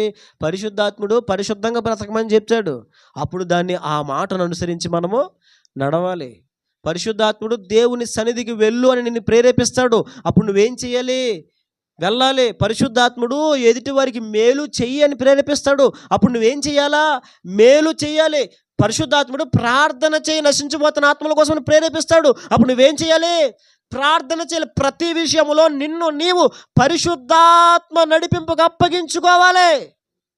దేవునికి మహిమ కలుగును గాక. బైబిల్లో మీకు జ్ఞాపకం చేస్తున్నాను, రిఫరెన్స్లు చూపించను కానీ మీకు చెప్పేస్తున్నాను. బైబిల్లో ఏలియా ఉన్నాడు, అతడు ఆత్మ నడిపింపులో ఉన్న సేవకుడు. ఆల్రెడీ మీకు ఒకసారి చెప్పాను నేను. ఆత్మ నడిపింపు, ఆత్మ ఏ వైపుకు తీసుకెళ్తే ఆ వైపుకి అతడు ప్రయాణం చేసేవాడు. యెహెజ్కేలు కూడా ఆత్మ నడిపింపులో ముందుకు కొనసాగేవాడు. చూడండి, అదే యెహెజ్కేలు గ్రంథము 8వ అధ్యాయం 3వ వచనం. మరియు చెయ్యి వంటిది ఒకటి ఆయన చూపిన తల వెంట్రుకలు పట్టుకొనగా ఆత్మ భూమి ఆకాశముల మధ్యకు నన్ను ఎత్తెను. ఆత్మ. చూడండి, ఆ తర్వాత 11వ అధ్యాయము 1వ వచనం. పిమ్మట ఆత్మ నన్ను ఎత్తి యెహోవా మందిరపు తూర్పు గుమ్మము నొద్దకు చేర్చి నన్ను దింపగా. చాలు. ఇక్కడ కూడా ఏంటది? ఆత్మ. ఏలియా ఆత్మ నడిపింపులో ఉన్నాడు. ఏలియాని దేవుడు వాడుకోలేదా? ఏలియా జీవితంలో దేవుడు కార్యం చేయలేదా? యెహెజ్కేలు ఆత్మ నడిపింపులో ఉన్నాడు. యెహెజ్కేలు దేవుడు బలముగా వాడుకోలేదా దేవుని సేవల పరిచర్యలో? కెరూబులో ఉన్న 4వ లక్షణం ఆత్మ నడిపింపు. ఆత్మ ఎలా నడిపిస్తుందని నడుస్తూ ఉంటాయి అవి. యేసుకేలు కూడా ఆత్మ నడిపింపులో ఉన్నవాడే. ఆ తర్వాత ఉన్నదే 11వ అధ్యాయం 5వ వచనం, అంతటా యెహోవా ఆత్మ నా మీదకి వచ్చి ఆజ్ఞ ఇచ్చింది. ఏమొచ్చింది? యెహోవా ఆత్మ అతని మీదకి వచ్చింది. ఈ ఆత్మ నడిపింపుకు వారందరూ అప్పగించుకున్నారు. ఇంకా బైబిల్లో చాలా మంది ఉన్నారు. కొత్త నిబంధనలో ఫిలిప్ ఉన్నాడు. ఫిలిప్ ఆత్మ నడిపింపు కలిగిన వాడు. చూడండి అపోస్తుల కార్యాలు 8వ అధ్యాయము తీయండి. అపోస్తుల కార్యాలు 8వ అధ్యాయము 29వ వచనం. అప్పుడు ఆత్మ ఫిలిప్పుతో నీవు ఆ రథము దగ్గరకు పోయి దానిని కలుసుకొనమని చెప్పాను. చూడండి, ఆత్మ నడిపింపులో ఉన్నాడు ఫిలిప్. తర్వాత అదే అధ్యాయం 39వ వచనంలో చూడండి, వారు నీళ్ళలో నుండి వెడలి వచ్చినప్పుడు ప్రభువు ఆత్మ ఫిలిప్పును కొనిపోయెను. ఫిలిప్పు తన వశంలో తానున్నాడు, మనుషుల వశంలో ఉండడు. అతడు ఎప్పుడు ఆత్మ నడిపింపులో ఉంటాడు. ఎవరు? ఫిలిప్పు. సమరయ పట్టణంలో ఒక ఉన్నతమైనటువంటి పరిచర్య చేస్తున్నాడు అప్పటికే ఫిలిప్పు. కానీ దేవుడు అన్నాడు, బాబు అరణ్యములోనికి వెళ్ళు అన్నాడు. ఏమన్నాడు? అరణ్యంలోనికి. మంచి సంఘం, విశ్వాసులు, పెద్ద మందిరం, మంచి సేవ జరుగుతూ ఉంది. దేవుడు అన్నాడు, బాబు నువ్వు వెళ్ళు, అరణ్యంలోకి వెళ్ళు, పరిగెత్తుకుని వెళ్ళు. సేవ చేస్తున్న సేవకుడు, నుంచొని వాక్యం చెప్తున్న సేవకుడు దేవుని ఆత్మ నడిపింపుకు అప్పగించుకొని వెళ్ళమంటే అరణ్యంలోకి వెళ్ళి ఒక రథం వెనకాల పరిగెడుతున్నాడు. చూడండి, ఆత్మ నడిపింపు కలిగిన ఏలియాని దేవుడు గణపరిచాడు. ఆత్మ నడిపింపు కలిగిన హిజ్కియాకు దేవుడు ఏమి జరుగుతుందో చెప్పాడు. హెజ్కేలుకి దేవుడు మందిరంలో ఏం జరుగుతుందో, ప్రజలు ఏమి చేస్తున్నారో, వారి విధానాలు ఏంటో అవన్నీ కూడా దేవుడు తెలియజేస్తూ వచ్చాడు. ఎవరైతే ఆత్మ నడిపింపక అప్పగించుకుంటారో వారికి దేవుడు జరుగుతున్న వాటినన్నిటిని కూడా చూపిస్తాడు, తెలియజేస్తాడు. ఇక్కడ చూడండి, ఫిలిప్పు అరణ్యంలోకి వెళ్ళిపోతున్నాడు. ప్రభు అన్నారు, ఆ రథమును కలుసుకో అని చెప్పాడు దేవుడు. ఆ రథమును కలుసుకుంటే అందులో ఒక నపుంసకుడు యెషయా గ్రంథము చదువుతున్నాడు. అతను పరిగెడుతూ నీకు చదువుతుంది అర్థమవుతుందా అని అడిగితే అతనేమో ఎవడైనా నాకు మార్గం చూపకపోతే, దారి చూపకపోతే నాకెలా తెలుస్తుంది అన్నాడు. అయితే నేను చెప్తానంటే వచ్చి రకం మీద రథం ఎక్కి కూర్చో అన్నాడు. అప్పుడు ప్రభువును గూర్చిన సువార్త ప్రకటించగానే ఆ నపుంసకుడు మార్గ మధ్యములోనే బాప్తిస్మాన్ని పొందాడు. ఆత్మ నడిపింపులో ఉన్న వాళ్ళు దేవుని చిత్తాన్ని సంపూర్ణంగా చేయగలుగుతారు. దేవునికి మహిమ కలుగును గాక. కెరూబులు ఆత్మ ఏ వైపునకు పోతుందో ఆ వైపునకి అవి పోతూ ఉంటాయి. ఆ తర్వాత ఇప్పుడు ఎన్ని మాటలు చెప్పాను చెప్పండి, తర్వాత ఇంకో పాయింట్కి వెళ్దాం. మనం కెరూబుల నుంచి మనం నేర్చుకోవాల్సింది ఏంటది? మనము కూడా దేవుని మోసేవారిగా, ఎక్కడికి వెళ్ళి దేవుని మోసుకొని పోయేవారిగా ఉండాలి. రెండవది స్థిరముగా ఉండాలి. వెనుతిరుగక ముందుకే మనము సాగిపోవాలి. తర్వాత ఎటువైపు నడిపిస్తుందో అటువైపే మనము సాగాలి. ఇది కెరూబుల నుంచి నేర్చుకోవలసినటువంటి విషయం. ఇంకా కెరూబుల నుంచి మనం నేర్చుకోవలసిన వాటిని మీకు జ్ఞాపకం చేస్తాను. చూడండి, ఇప్పుడు మరలా రండి మూలవాక్యంలోకి. హెజ్కేలు గ్రంథం 4వ అధ్యాయము. వాటి వర్ణన గురించి ఇంకా వ్రాయబడుతూ వచ్చింది. చూడండి, 1వ అధ్యాయం 10వ వచనము. ఆ 4 ఎదుట ముఖ రూపములు మానవ ముఖము వంటివి, కుడి పార్శ్వపు రూపములు సింహ ముఖము వంటివి, ఎడమ పార్శ్వపు ముఖములు ఎద్దు ముఖము వంటివి, 4 పక్షిరాజు ముఖము వంటి ముఖములు కలవు. చాలా జాగ్రత్తగా వినండి.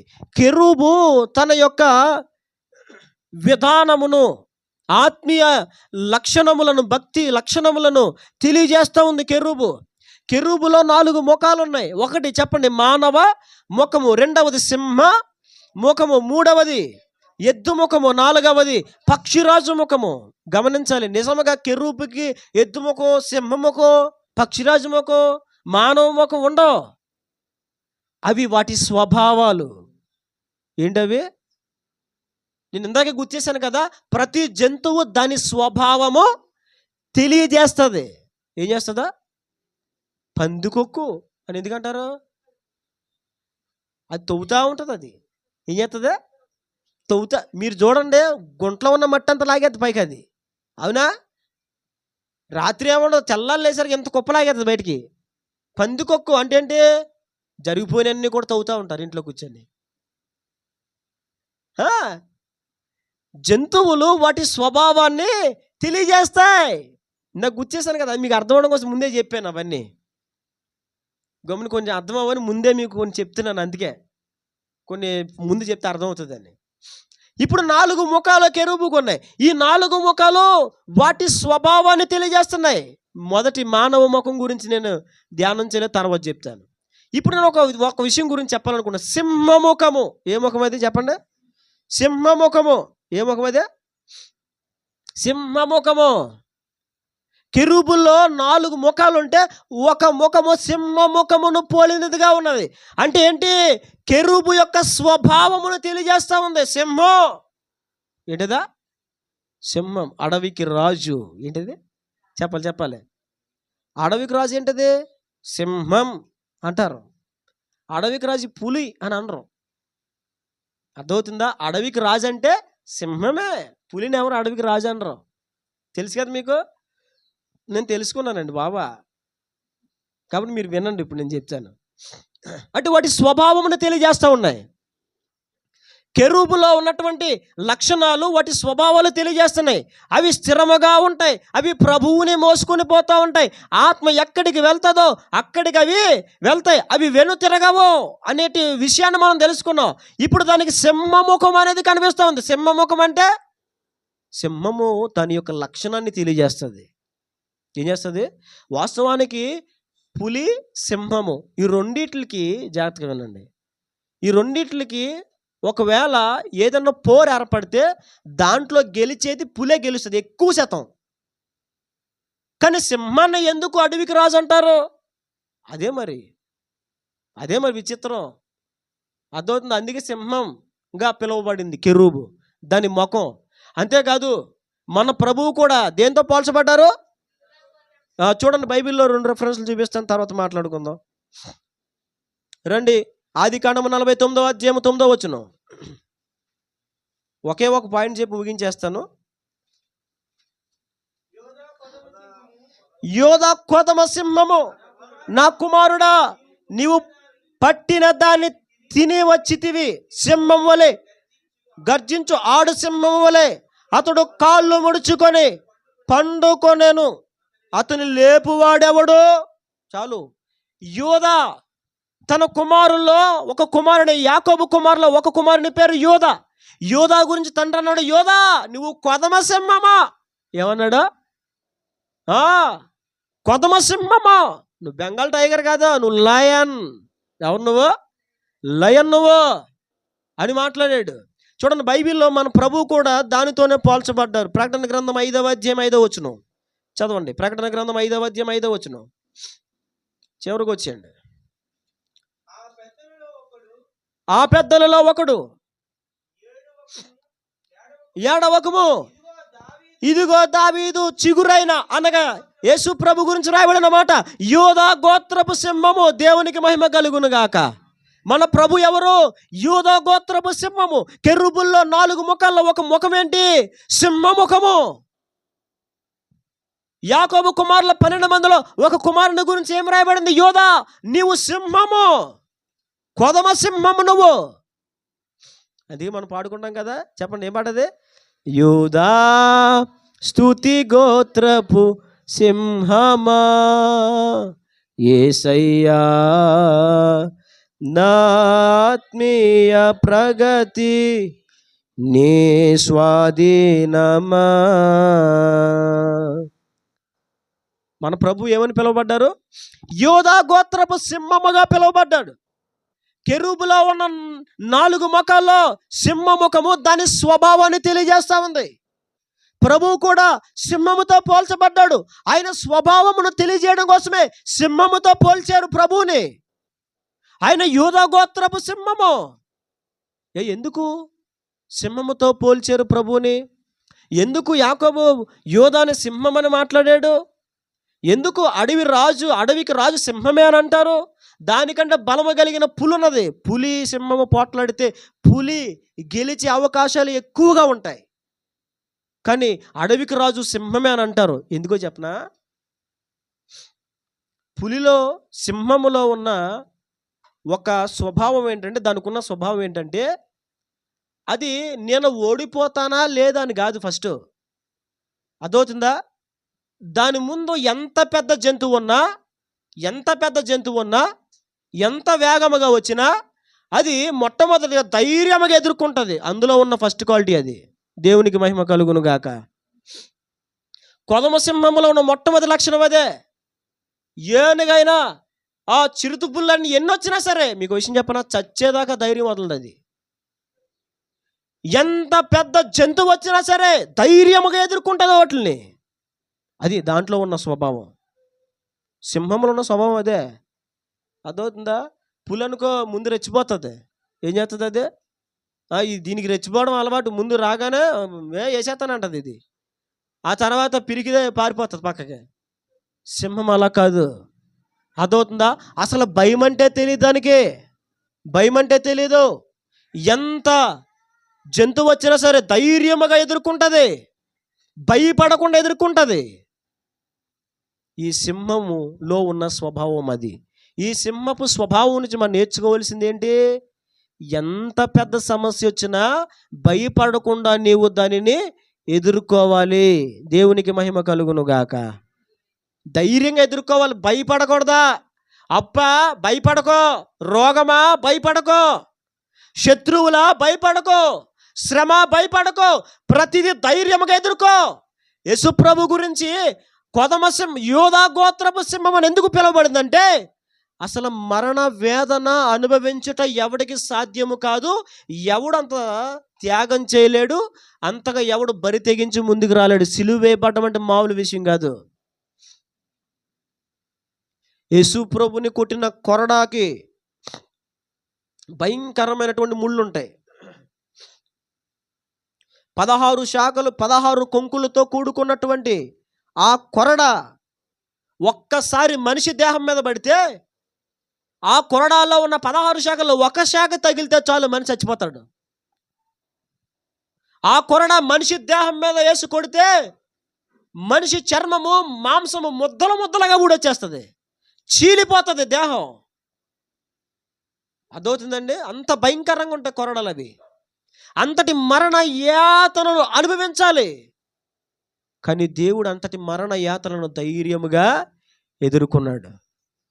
తన దగ్గరున్న వాళ్ళందరూ పారిపోతే, పేతురు, యోహాను, యాకోబు వీళ్ళందరూ పారిపోయారు. ప్రభువుని సైనికులు పట్టుకోవడానికి వచ్చిన సమయంలో వీళ్ళందరూ పారిపోతే అప్పుడు ప్రభువు ఏమన్నా తెలుసా? మీరు ఎవరిని వెతుకుతున్నారు? మేము యేసుని వెతుకుతున్నాం. ఆయన ఏమన్నా తెలుసా? ఆ యేసు నేనే. దేవునికి మహిమ కలుగును గాక. ప్రతి శ్రమను ఆయన ఎలా ఎదుర్కొంటాడో ధైర్యముగా ఎదుర్కొంటాడు. అందుకే సింహం అడవికి రాజైంది. ఎంత పెద్ద జంతువైన ధైర్యం ఎదుర్కొంటుంది. నేను ఓడిపోతానా గెలుస్తానా కాదు, నాకు ఏమవుతుందా కాదు, ధైర్యముగా ఎదుర్కొంటుంది. అసలు భయమని తెలియదానికే. ధైర్యం ఎదుర్కొంటున్నావా శ్రమలను? ప్రతి సందర్భాన్ని ధైర్యంగా ఎదుర్కో. ఏం కాదు, దేవుడున్నాడు. దేవునికి మహిమ కలుగును గాక. మన దేవుడు ఎవరో? యోధా గోత్రపు సింహము. శ్రమలకు ఎదురెళ్ళాడు ఆయన. కొరడాలతో కొడతా ఉంటే, అవమానాలు మోపుతూ ఉంటే, పిడిగుద్దులు గుద్దుతూ ఉంటే, వస్త్రాలు లాగేస్తూ ఉంటే నిలబడ్డాడు ధైర్యముగా. దేవునికి మహిమ కలుగును గాక. నువ్వు ఎంత శ్రమ పెట్టినా, ఎంత నింద వేసినా, ఎంత అవమానము నా మీద మోపిన, ముండ్ల కిరీటము తల మీద పెట్టి కర్రతో కొట్టి దించినా, ఆ కణాలు ముళ్ళులు బుర్రలోకి వెళ్ళిపోతున్నా ఆయన మౌనిగా ఉన్నాడు. ఎందుకు తెలుసా? భయపడడు శ్రమకు. దేవునికి మహిమ కలుగును గాక. దేవుని పిల్లలమైన మనం కూడా సింహాల్లా బ్రతకాలి. అందుకే కెరూబు 4 ముఖాల్లో ఒక ముఖము సింహ ముఖము.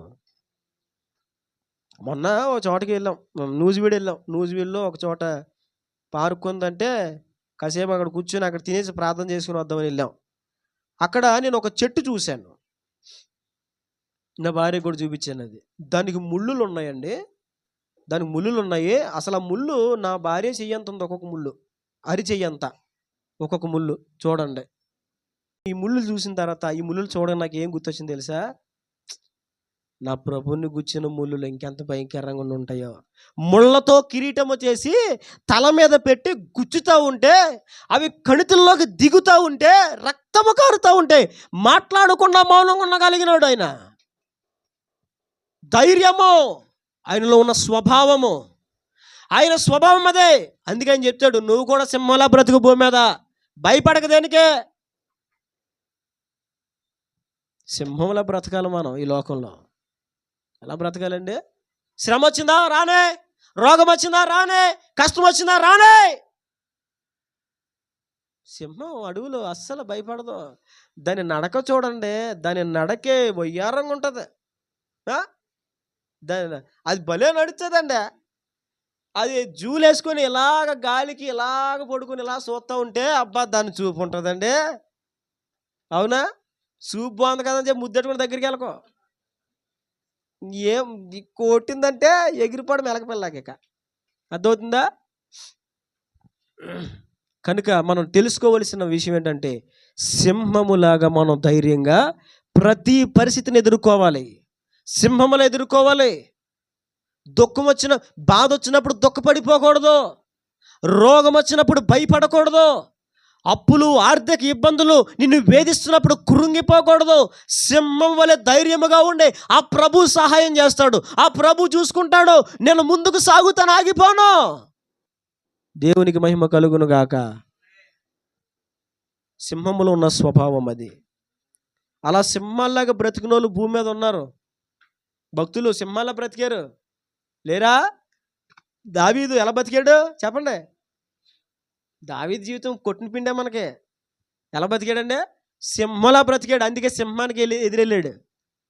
అదవుతుందా? సింహము గొర్రె పిల్లని నోటన కరిచి పెట్టుకొని తీసుకెళ్ళిపోతూ ఉంటే ఆ సింహం వెనకాల ఏం చేశాడు? పరిగెత్తాడు. ఆడు 40 రోజుల నుంచి ఇరుచుకు పడిపోతున్నాడు, నోరేసుకొని పడిపోతున్నాడు. ఆడు మాట్లాడితే నోరేసి పడిపోతున్నాడు. ఆ నోరుకి ఎదురు నిలబడి ఎదురెళ్ళింది ఎవరో? దావీదు. భయపడ్డా, బలం ఉందని కాదు, ఏదో యుద్ధాభ్యాసం ఉందని కాదు, ధైర్యం. దేవుడు అన్నాడు, చూసుకుంటాడా అంతే. యుద్ధము యెహోవాదే, యుద్ధము యెహోవాదే, యుద్ధము యెహోవాదే, యుద్ధము యెహోవాదే. అర్థమవుతుందా? సింహంలాగా బ్రతికినాడు. తన చుట్టూ ఉన్న జనులందరూ ఏకమై దావీదును చంపేద్దాం అనుకున్నప్పుడు అతడు తన దేవుడని యెహోవాని బట్టి ధైర్యం తెచ్చుకున్నాడు. అలాంటి ధైర్యం మనకు ఉండాలి. అడుగు, ప్రభువా సింహం లాంటి ధైర్యం నాకు కావాలి నాయన. ఏదైనా ఏం చేయాలా? నువ్వు సింహం అని ఎప్పుడు తెలుస్తుంది? నువ్వు సింహం అని ఎప్పుడు తెలుస్తుంది? నీ ముందు ఏదో ఒక పెద్ద జంతువు రావాలా, నువ్వు దానికి ఎదురు వెళ్ళాలి, అప్పుడు నువ్వు సింహం అని తెలుస్తుంది. అర్థమవుతుందా? అంతేగా బాబు, నా ఎదురుగా ఏ జంతువు రాకూడదు బాబా. నువ్వు సింహం ఎందుకు అవుతావు? అప్పుడు నువ్వు పిల్లి అవుతావు. నువ్వు అవునా? కాదు, ఏదో జంతువు రావాలి, అప్పుడు తెలుస్తుంది నువ్వు సింహమా ఏంటనేది. సింహములో ఉన్న లక్షణం అదే. ప్రతి పరిస్థితిని ధైర్యముగా ఎదుర్కొంటుంది. భయపడకుండా, ఏమాత్రము మనసులో బెనుకు వణుకు లేకుండా ఆ యొక్క జంతువులను, మృగములను ఎదుర్కొంటుంది. వాటి మీద దాడి చేస్తుంది, ఎగిరి మెడట్టుకుంటుంది వెళ్ళి. అర్థవుతుందండి? దానికి ఉన్న నైజం అది ఉందా? సింహము లాంటి స్వభావం ఉందా? దేనైనా ధైర్యంగా ఎదుర్కొనే ఒక దావీదులో ఉంది అలాంటి స్వభావము. ఏ పరిస్థితినైనా దావీదు తన జీవితంలో చాలా ధైర్యంగా ఎదుర్కొన్నాడు. మామగారు తరుముతున్నప్పుడు ధైర్యంగా పరిస్థితిని ఎదుర్కొన్నాడు. గొలియాతు విరుచుకు పడిపోతున్నప్పుడు, ఖడ్గం పట్టుకొని వస్తున్నప్పుడు ధైర్యం. ఏమండి, ఇప్పుడు దావీదు జనాల జనాల్లో దూరెళ్ళిపోయి దొంగ దెబ్బ కొట్టాడా గొలియాతుని? కొంతమంది దొంగ దెబ్బలు తీస్తారు. వీడు ధైర్యంగా రాలేడు. వీడు కొంతమంది ఉంటారు, వాళ్ళు ఎలా రారు? ధైర్యంగా రాలేరు. ఎలా వస్తారు మరి? దొడ్డిదారిలో వస్తారు, అలాగ వస్తారు. వాళ్ళు ధైర్యం డైరెక్ట్గా రారా. దావీదు అలా చేయలే. జనాల మధ్యలో దూరిపోయి వెనకాల నుంచి వచ్చి అయిపోరు నువ్వని ఎగిరి మెడట్టుకొని అలా చేయలేదు. మరి ఏం చేశాడు? వెనక్కి పరిగెత్తుకుంటా వెళ్ళి చిక్కములో ఉన్న రాయి తీసి ఒడిసెల్లో పెట్టి పరిగెత్తుకుంటా ముందుకు ఎదురు వెళ్ళాడు. దేవునికి మహిమ కలుగును గాక. ఆడేమో వచ్చేస్తున్నాడు, వాడు ముందు యుద్ధ ఆయుధాలు మోసేవాడు, వాడికి ప్రొటెక్షన్, వాడు డాళ్ళు పట్టుకుని వచ్చేస్తున్నాడు. ఆడు ముందు పనోడు. దావీదు ఒక్కడే ధైర్యంగా ఎదుర్కొని వెళ్ళాడు. నేను ఒక మాట చెప్తున్నాను, ఎంత క్లిష్ట పరిస్థితిని ఎదురెళ్ళు, ఆ క్లిష్ట పరిస్థితి అణిచివేయబడుతుంది యేసు నామములో. దేవునికి మహిమ కలుగును గాక. ప్రతి శ్రమను ధైర్యంగా ఎదుర్కో. సింహానికి ఉండే స్వభావం అది. యోబు కూడా తన జీవితంలో జరిగిన నష్టాన్ని ధైర్యంగా ఎదుర్కొన్నాడు. 10 మంది పిల్లలు చచ్చిపోతే ఏ గుండె ఆగకుండా కొట్టుకుంటుందండి? ఏ గుండె ఆగకుండా కొట్టుకుంటుంది 10 మంది పిల్లలు చచ్చిపోతే? అవునా? ఒక పిల్లోడు చనిపోయాడని వార్త వస్తే నిలువెత్తు మనుషులకు దబాలమని పడిపోతారు. అవునా? మీరు ఎక్కడైనా చూసారండి? మీరు ఎక్కడైనా చూసారు? నేను చూశానండి. మా ఊర్లో ఒక యవనస్తుడు చనిపోయాడు. అతని బాడీని తీసుకొచ్చారండి, అంబులెన్స్లో తీసుకొచ్చారు. ఇలా తీసుకొచ్చి దించారు. తన భార్య అలా నుంచున్న మనిషి అలా నుంచున్న టాప్ అని పడిపోయింది. ఎదుర్కోలేకపోతుంది. ఏం చేయలేకపోయింది? ఎదుర్కోలేకపోయింది. ఒక్కరు చచ్చిపోతే ఎదుర్కోగలమా మనం? చెప్పండి. ఒక్కరు చచ్చిపోతే ఎదుర్కోగలమా? కానీ యోబు గుండె ఎంత గట్టి గుండె తెలుసా? 10 మంది పిల్లలు చచ్చిపోయినా లేచి వస్త్రములు చింపుకొని యెహోవాయే ఇచ్చెను, యెహోవాయే తీసుకొని పోయెను, ఆయన నామమునకే స్తుతి కలుగునుగాక. అంత గట్టి గుండెది, అంత గట్టి గుండె, అంత ధైర్యం. నువ్వు ఎదుర్కొంటావా అంత ధైర్యంగా? సింహములో ఉండే స్వభావం అది. ఆ స్వభావం మనం కూడా కలిగి జీవించాలి. ఇంకా బైబిల్లో అలాంటి భక్తులు ఇంకా చాలామంది ఉన్నారు. చెప్పుకుంటూ పోతే చాలా సమయం అయిపోతుంది. ఇందాక మనం జ్ఞాపకం చేసుకున్న లాజరు దరిద్రుడు, తను కూడా శ్రమను ఎలా ఎదుర్కొన్నాడు? ధైర్యముగా ఎదుర్కొన్నాడు. పౌలు కూడా తన జీవితంలో శ్రమలు ఎలా ఎదుర్కొన్నాడు? ధైర్యముగా ఎదుర్కొన్నాడు. సింహపు స్వభావం కలిగి ఉండాలా? ధైర్యంగా ఎదుర్కో, భయపడక. దేనికి? అర్థమవుతుందా? నిన్ను ఏ పరిస్థితులు భయపెడుతున్నా, నిన్ను ఏ పరిస్థితులు కృంగదీస్తున్నా, ఏ పరిస్థితులు వెనక్కి లాగుతున్నా ధైర్యముగా ఉండు. యోధా గోత్రపు సింహము యొక్క పిల్లవు నువ్వు, కుమారుడువు నువ్వు. యేసుప్రభు మరణయాతనలు ఎలా సహించాడైనా? ధైర్యముగా సహించాడు. పక్కలో బల్లెపు పోట్లు పొడుస్తూ ఉంటే, తలపైన కిరీటం పెడతా ఉంటే, కొరడాతో కొడతా ఉంటే, మాంసపు ముద్దలు లెగుస్తూ ఉంటే మౌనంగా ఉండి సహించాడు ఆయన. వినాలి మా నావి చూడండి ఎలా సహించుకున్నాడు ఆయన? ధైర్యముగా. మన దేవునికున్నది అది. శ్రమలను ధైర్యముగా ఎదుర్కొంటాడు దేవుడు. నీవు కూడా నీ జీవితంలో శ్రమలను ఎలా ఎదుర్కోవాలా? ధైర్యంగా ఎదుర్కోవాలి. శ్రమకు నువ్వెందుకు భయపడాలా? రోగానికి నువ్వెందుకు భయపడాలా? ఇబ్బందికి నువ్వెందుకు భయపడాలా? దేవుని వైపు చూస్తూ దేవుని బట్టి ధైర్యం తెచ్చుకుని ముందుకి సాగు. దేవుడు నిన్ను కెరూబును వాడుకున్నట్టుగా వాడుకుంటాడు. దేవునికి మహిమ కలుగును గాక. ఒక దావీదు వెళ్ళినట్లు ధైర్యముగా ముందుకు వెళ్ళు. ఒక దావీదుని యుద్ధములో ఒక యుద్ధ వీరునిగా, పరాక్రమశాలిగా చేసి యుద్ధములలో విజయం ఇచ్చినట్లుగా, దావీదుకి విజయం ఇచ్చినట్లుగా దేవుడు నీకు కూడా విజయాన్ని ఇస్తాడు. ధైర్యముగా ముందుకు వెళ్తే. ధైర్యముగా ముందుకు వెళ్ళాలా? ఎలా వెళ్ళాలా? చాలామంది పరిస్థితి తెలిస్తే చాలు, అమ్మో నేను రాలేను, నేను చూడలేను, అమ్మాయి బాబాయ్ అంటారు. ధైర్యంగా ఎదుర్కో ప్రతి పరిస్థితి. దేనికి భయం? ప్రతి పరిస్థితి కూడా భయపడడం. నుంచండి ఆడుకున్నాడు. ఏం చేస్తాడు? లాగుతున్నాడా?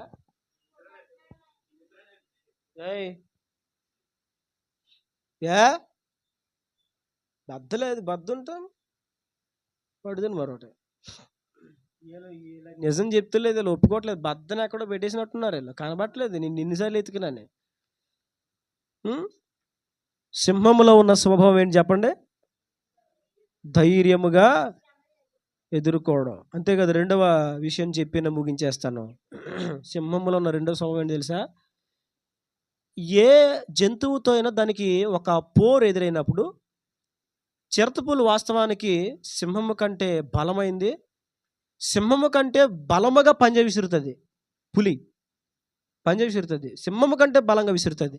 కానీ రెండిట్ల మధ్యలో పోరీ జరిగినప్పుడు, లేదా సింహానికి ఇతరితర జంతువులకు పోరీ జరిగినప్పుడు, ఈ పోరాటంలో ఎదుట ఉన్న ఏ జంతువు అయినా తగిలిన గాయాలను బట్టి, తన శరీరంలో ఇరిగిపోయిన ఎముకలు ఇరిగిపోయిన పరిస్థితిని బట్టి యుద్ధాన్ని విరమించుకుంటాయి. కానీ సింహం చచ్చేదాకా పోరాడుతూనే ఉంటుంది. దేవునికి మహిమ కలుగును గాక. సింహంలో ఉండే రెండో స్వభావం అది.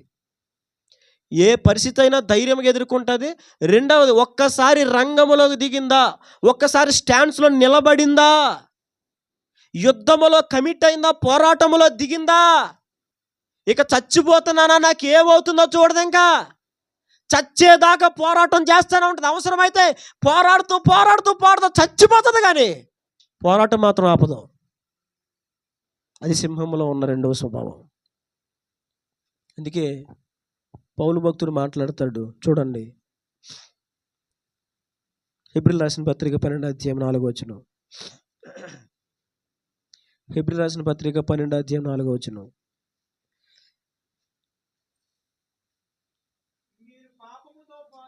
మీరు పాపముతో పోరాడుటలో రక్తము కారునంతగా ఇంకా దానిని ఎదిరింపలేదు. అంటే భక్తుడు ఏం చెప్తున్నాడు? మీరు పాపముతో పోరాడాలి. ఆ పాపముతో పోరాడుటలో ఇంకా మీరు రక్తము కారునంతగా పోరాడలేదు అంటున్నాడు. అంటే ఏం చెప్తున్నాడు? పాపముతో పోరాడాలి. మనకు ఒక పోరాటం ఉంది. అదే పోరాటం పాపముతో పోరాటం. దేంతో పోరాటం? అపవాది నిన్ను పాపములోనికి లాగాలని చూస్తాడు, లోకములోనికి లాగాలని చూస్తాడు, నిన్ను అపవిత్రతలోకి లాగాలని చూస్తాడు, భయంకరమైన చీకటిలోనికి లాగాలని చూస్తాడు, భయంకరమైన అంధత్వంలోకి లాగాలని చూస్తాడు.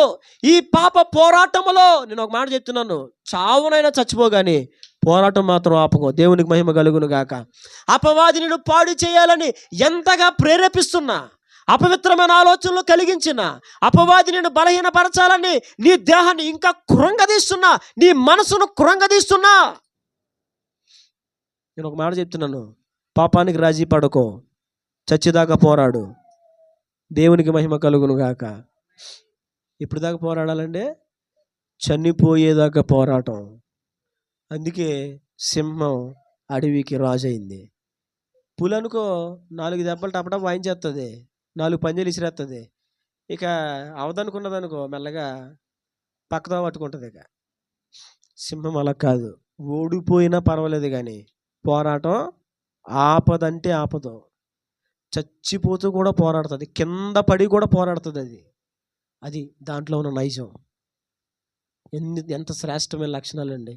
ఈ భూమి మీద దేవుడు ఎన్నో జంతువులను చేశాడు, ఎన్నో పక్షులను చేశాడు, ఎన్నో పశువులు చేశాడు, ఎన్నో క్రిమి కీటకములను చేశాడు, ఎన్నో పురుగులను చేశాడు దేవుడు.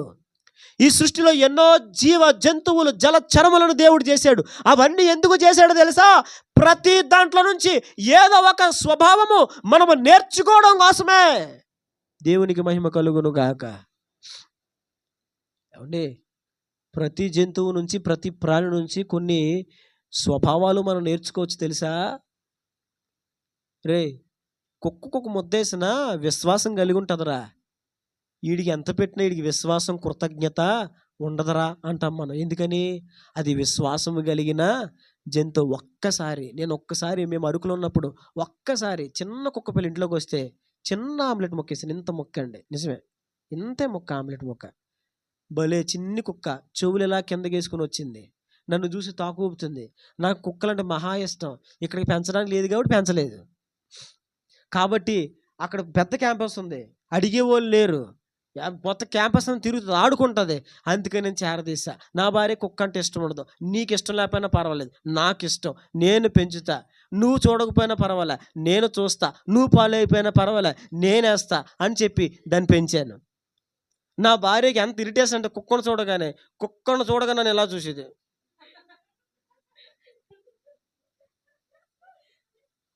ఇంకా దీవెన కుమారి గారు ఉన్నారు, మన మధ్యలో లేరు.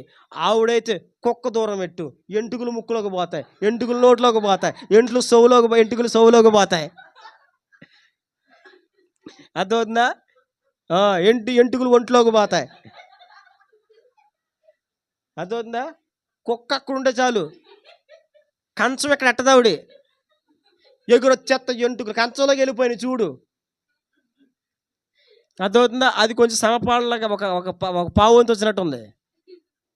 అయినా సరే నేను పెంచి ముందు ఎలా నా ఎగురు ఉన్నదంటే ఆమ్లెట్ మొక్కేసాను. ఒక్క ఆమ్లెట్ మొక్కేస్తే అది ఆ రోజు తిన్నదండి, తినేసి పంపించేసాను, వెళ్ళిపోయింది. నేను ఎందుకంటే నాకు ఆల్రెడీ కుక్కలు పెంచాను, నేను కుక్కలంటే ఇష్టమేమో, అది చచ్చిపోతే ఏడిచాను కూడా చాలాసార్లు. కుక్క చచ్చిపోతే ఏడిచి ఉండండి నేను. చివరికి అది చచ్చిపోయినప్పుడు కూడా ఏడిచాను నేను. నాన్న అవునా కదా చెప్పరా? అది అరుకులు అది చచ్చిపోయినప్పుడు కూడా ఏడిచాను నేను. అర్థమవుతుందా? మనిషి చచ్చిపోతే ఆనలేదు, ఎందుకంటే మన నిరీక్షణ ఉంది. కుక్క చచ్చిపోతే ఇంకా దాని ప్రాణం గాల్లో కలిసిపోతుంది, మళ్ళీ రాదు. అది దానికి ఇంకా నిత్యత్వం, నిత్య జీవం, నిరీక్షణ అది ఏమీ లేదు దానికి. అర్థమవుతుందా? దానికి ప్రాణం ఉంది తప్ప జీవం లేదు. వేస్తే ఆ రోజు వచ్చిందండి, పంపించేశాను. పంపించినా సరే వచ్చేసిందండి అది.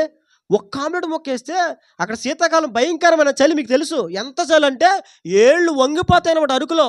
మీరు ఎప్పుడైనా వెళ్ళారో లేదో కానీ అరకులో రాత్రుల చలికి వేళ్ళు వంగిపోతూ ఉంటాయి, కాళ్ళు వేళ్ళు తన్నుకుపోతూ ఉంటాయి, బిగిసిపోతాయి. భయంకరమైన చలి.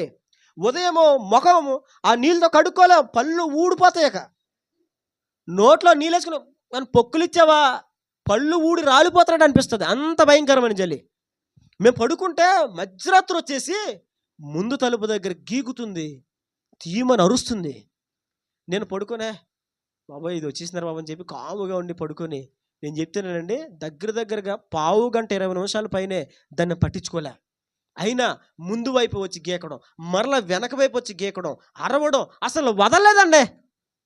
నాకేమో ఏదైనా డిస్టర్బెన్స్ ఉంటే నాకు నిద్రపడదు. నేను పడుకోవాలి, నిద్రపోవాలంటే అసలు ప్రశాంతంగా ఉండాలి, ఒక్క మాట వినబడకూడదు, అప్పుడే నేను పడుకుంటాను. లేకపోతే అసలు నాకు నిద్రపడి చాలా డిస్టర్బెన్స్ ఉన్నాయి. పడుకున్నప్పుడు లైట్ వేయడం కానీ, చిన్న సౌండ్ చేయడం కానీ, చిన్న సౌండ్ అయిందా కొన్నిసార్లు గాఢంగా నిద్రపోతే అప్పుడు కొన్నిసార్లు లేగలేను కానీ ఎక్కువ శాతం డిస్టర్బెన్స్ ఉండకూడదు నాకు. సో ఈ డిస్టర్బెన్స్ ఎందుకని చెప్పి నేను దగ్గరికి చేరదీశానండి. దానికి ఏదో ప్లేస్ ఏర్పాటు చేసినట్టు చివరికి వెళ్ళిపోయి తలుపు మళ్ళీ చక్కగా పడుకుంది అది. ఇంకా అలవాటు అయిందండి, మమ్మల్ని వదిలితే ఒట్టండి. మేము ఒకరోజు డబ్బులు లేక అరకు వెళ్ళి నడుచుకుంటూ వెళ్ళిపోవాలని ప్రయాణం అయిపోతే చిన్న కుక్క పిల్ల మా వెనకాల నడుచుకుంటూ వచ్చేసింది. అంత దూరం అది నడవలేకపోయినా అలా నడుచుకుంటూ వచ్చి మధ్యలో ఆగిపోయి అని కూర్చొని ఏడుతుంది. అప్పుడు నేను మళ్ళీ దాన్ని సంకలు వేసుకున్నా. ఆ ఫోటో కూడా ఉంటుంది దగ్గర. అదవుతుందా? అంటే నడవలేకపోయినా మీతోనే వస్తా. ఎందుకు చెప్తుంది తెలుసా? విశ్వాసము గల జంతువు, దానిలోని స్వభావం అది. నువ్వు ఒకసారి పెట్టు, నిన్ను మళ్ళీ మొదటి విడిచిపెట్టదు అది. నీ మీదకి ఎవరైనా వస్తే ఊరుకోదు అది. విశ్వాసం ఏంటంటే జంతువు స్వభావము, సింహములో ఉన్న స్వభావము, ధైర్యముగా ఎదుర్కోవడం, చచ్చిపోయే వరకు పోరాటం. దేంట్లో మనం పోరాటం చేయాలంటే పాపము విషయమై పోరాటము చేయాలి. అపవిత్రతకు లాగాలని బ్రతుకు కాలం అంతా చూస్తాడు అపవాది. నువ్వు సింహం వల్లే పాపముతో బ్రతుకు కాలం అంతా పోరాడాల. దేవునికి మహిమ కలుగును గాక. అస్సలు పాపానికి రాజీ పడకో, ఎప్పుడు పోరాడు నీ బ్రతుకు కాలం అంతా పాపముతో. అర్థమవుతుందా? ఇంకా దేనితో పోరాడు? 2 మాటలు చెప్తాను చూడండి. ఎఫెసీయులకు రాసిన పత్రిక 6వ అధ్యాయం 12వ వచనం. 2 మాటలు 2 నిమిషాల్లో ముగిస్తాను, 2 లేదా 5 నిమిషాలు ముగిస్తాను. చూడండి 6వ అధ్యాయం 12వ వచనం. ఎఫెసీయులు 6:12. ఏలయనగా మనము పోరాడినది శరీరులతో కాదు. చాలు. అక్కడేమన్నాడు? మీరు పాపముతో పోరాడు విషయంలో రక్తము కారునంతగా పోరాడలేదు. అంటే పాపముతో పోరాటంలో రక్తము కారునంతగా పోరాడాలి అనగా పాపముతో మీరు పోరాటం చెయ్యాలి అని చెప్పాడు. ఇక్కడేమన్నాడు? మనము పోరాడినది శరీరులతో కాదు. మనకు ఒక పోరాటం ఉంది. ఆ పోరాటము ఎవరితో చెప్పండి? ఎవరితోనండి? అత్తగారితోనా? మాంగారితోనా? ఎవరితో? శరీరులతో కాదు. మరి ఎవరితో? అంధకార లోకనాథులతో అనగా అపవాది చీకటి శక్తులతో పోరాటం. దేవునికి మహిమ కలుగును గాక. దేంతో పోరాటం చేయాలి? నువ్వు చీకటి శక్తులతో పోరాటం చేయాలా? అంటే మీరు ఎవరితో పోరాటం చేస్తున్నారు? మనుషులతో వద్దు పోరాటం. మరి ఎవరితో మనం పోరాటం చేయాలి? చెప్పండి. ఎవరితో పోరాటం చేయాలి? అపవాది సాతానుతో పోరాటం చేయాలి. మన పోరాటము పాపముతో, మన పోరాటము అపవాదితో. ఇంకా దేంతో పోరాటం చేయాలి చూడండి. చాలా పోరాటాలు ఉన్నాయి కానీ ఇంకొకటి చెప్తాను చివరిగా. హెబ్రీలు 10వ అధ్యాయము 32వ వచనం చివరి మాట. హెబ్రీలు 10:32. వెలిగింపబడిన మీదట శ్రమలతో కూడిన గొప్ప పోరాటము సహించిన పూర్వపు దినములను జ్ఞాపకము చేసుకొనుడి శ్రమలతో కూడిన పోరాటము. మన పోరాటాలేంటి? పాపముతో పోరాటము, అపవాదితో పోరాటము. మూడవది ఏంటది? శ్రమలతో పోరాటము. దేవునికి మహిమ కలుగును గాక. దేవుణ్ణి కలిగి ఉన్నందుకు, దేవుని నమ్ముకున్నందుకు, దేవుణ్ణి వెంబడిస్తున్నందుకు, ఆయన సన్నిధిలో ఉన్నందుకు, పరిశుద్ధంగా బ్రతకాలని అనుకున్నందుకు నీకు ఎన్నో శ్రమలు ఎదురవుతాయి. శ్రమలలో పోరాటము చేయాలి నువ్వు చచ్చే వరకు. సింహము చచ్చిపోయేదాకా పోరాటం ఆపదు. వన్స్ యుద్ధంలోకి దిగిందంటే, పోరాటం మొదలు పెట్టిందంటే చచ్చిపోయే వరకు కూడా ఆగదు. పోరాటము చేస్తానే ఉంటుంది. తన కన్ను పోయిన, దవడ ఊడిపోయిన, చెవు ఎదుట జంతువు కొరికేసిన, తోకలాగిన, కాళ్ళు ఇరిగిన, ఇరిగిపోయిన కాళ్ళతో కూడా పోరాటం చేస్తుంది అది. దేవునికి మహిమ కలుగును గాక. ఒక జంతువుకి ఎంత పోరాడే నైజం ఉంటే చచ్చేదాకా, ఒక మనిషిగా మనకెంత ఉండాలి పోరాడే నైజం? అడుగు దేవుణ్ణి, ప్రభా చచ్చే వరకు పాపముతో నేను పోరాడాలయ్యా. ఏం చేయాలా? పోరాడాలి. విరమించకు, పోరాటం విరమించకు. తీర్మానం చేసుకో, ప్రభా ఈ పోరాటం ఆగదు, ఈ పోరాటము ఆగదు. యేసన్న గారు పాడారు కదా ఒక పాట, పోరాటం ఆత్మీయ పోరాటం, చివరి శ్వాస వరకు ఈ పోరాటం ఆగదు, సాగిపోవుచున్నాను సిలువను మోసుకొని, నా గమ్యస్థానానికి సిలువను మోసుకొని, నా గమ్యస్థానానికి. ఆయన అన్నాడు, నా యేసుతో కలిసి పోరాడుచున్నాను, అపజయమే ఎరుగని జయశీలుడు ఆయన అని మాట్లాడాడు ఆయన. మన దేవుడు ఎవరు తెలుసా? అపజయం అంటే తెలియని దేవుడు మన దేవుడు. నేను చెప్తున్నాను, ఒకవేళ పాపముతో పోరాడుటలు ఆగిపోతున్నావా, సింహపు స్వభావాన్ని ధరించు, చచ్చే వరకు పోరాడు, ఎక్కడ రాజీ పడకో. అవసరమైతే చావు, కానీ పాపానికి రాజీ పడకో. సింహము చావరని చస్తుంది, కానీ ఓటమిని మాత్రం అంగీకరించదు, ఓడిపోవడం మాత్రం ఒప్పుకోదు. ఏమండి, పోరాడుతూ పోరాడుతూ చచ్చిపోతే అది ఓటమవుతుందా? విజయం అవుతుంది. ఏమవుతుంది? విజయం అవుతుంది. మనం కూడా మన జీవితంలో చచ్చే వరకు పోరాడాలి. ఈరోజు కెరూబుల నుంచి దేవుడు మనతో మాట్లాడిన మాటలు మరొకసారి చివరిగా మీకు అందరికి జ్ఞాపకం చేస్తున్నాను. కెరూబు వలె మనం దేవుణ్ణి మోసుకొని పోవాలి. కెరూబు వలె మనము దేవునిలో స్థిరముగా ఉండాలి. కెరూబు వలె మనం ఎప్పుడు వెనుదిరగకుండా ముందుకే సాగాలి. కెరూబు వలె నిత్యము ఆత్మ నడిపింపులో మనము సాగాలి. కెరూబులో ఉన్న సింహ ముఖము, దాని యొక్క స్వభావం గురించి దేవుడు మాట్లాడాడు. సింహము వలె మనము కూడా దేనికి భయపడకుండా ధైర్యముగా ప్రతి పరిస్థితిని ఎదుర్కోవాలి. సింహము వలె చెప్పండి, ఆగకుండా చనిపోయే వరకు పోరాటము చేయాలి. ఇంక చేయలేనయ్యా, ఇక నా వలన అవ్వదయ్యా. ఏలియా గొప్ప పోరాటం చేశాడు కర్మేలు పర్వతం దగ్గర. దేవుని నామము పేరట ప్రకటించాడు, ఎవరు దేవుడో తేల్చుకుందాం అని మాట్లాడాడు, యుద్ధం చేశాడు, విజయం పొందాడు. ఈలోగా యెజెబెలు వార్త పంపించింది, ఇదిగో రేపు సాయంకాలం కల్లా వారిలో ఒకరి వలని మార్చేస్తాను నేను అని అన్నది యెజెబెలు. వెంటనే వెళ్ళిపోయి అరణ్యంలోకి వెళ్ళిపోయి ఒక దిన ప్రయాణం అంతా లోపలికి పోయి బదలై వృక్షం కింద ఇదిగో ఇదిగో పోతున్న ప్రాణము నిరాశతో కూర్చొని అక్కడ ప్రార్థన చేస్తున్నాడు. ఏమని తెలుసా? అయ్యా, నా పితరుల కంటే నేను గొప్పవాడిని ఏం కాదు, నా ప్రాణము తీసేసుకోండి. ఏం చెప్తున్నాడు? ఇంకా నేను పోరాడలేను, ఇంకా నా వల్ల కాదు, నేను ఇంకా ముందుకు సాగలేను. అప్పుడు దేవుడు అంటాడు, లేదా లేగో, ఆహారం తిను, శక్తికి మించిన ప్రయాణము నీకు ఉన్నదే. ఆత్మీయ జీవితం అంటే ఆగిపోయేది కాదు, ఆత్మీయ జీవితం అంటే ఆగిపోయేది కాదు, ఆత్మీయ జీవితం అంటే ఆపేసేది కాదు, వదిలేసేది కాదు, చచ్చే వరకు పోరాడాలా. చిన్నపిల్లడు ఆటలు అనుకో, ఆడుకొని ఆంబేసి ఏమంటారు, తూచి, అర్థమవుతుందా? ఏమంటారు, ఆడుకుని తూచాలేదు మళ్ళీ ఫస్ట్ నుంచి అలా కాదు ఇది.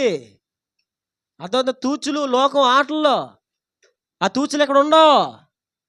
దేవుని పిల్లలమైన మన సింహము వలె, దేవుని పిల్లలమైన మనము సింహముల వలె చనిపోయే వరకు పోరాటం చేస్తానే ఉండాలి. మన ప్రభు కూడా అలాగే పోరాటం చేసినాడు.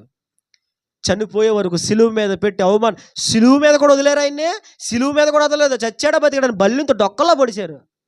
దాహం అని అడిగితే చేదు చెరకును ఆయనకు త్రాగనిచ్చారు. అయిన పోరాటం ఆపలా, సాగించాడు పోరాటం. అప్పుడు కూడా అన్నాడు, ప్రార్థన పోరాటం అక్కడ ఆపలేదు ఆయన. తండ్రి, వీరేమి చేయుచున్నారు, వీరెరుగరు గనుక వీరిని క్షమించు. ప్రార్థన పోరాటం ఆపలా. నీ జీవితంలో ఏ పోరాటం ఆపకో.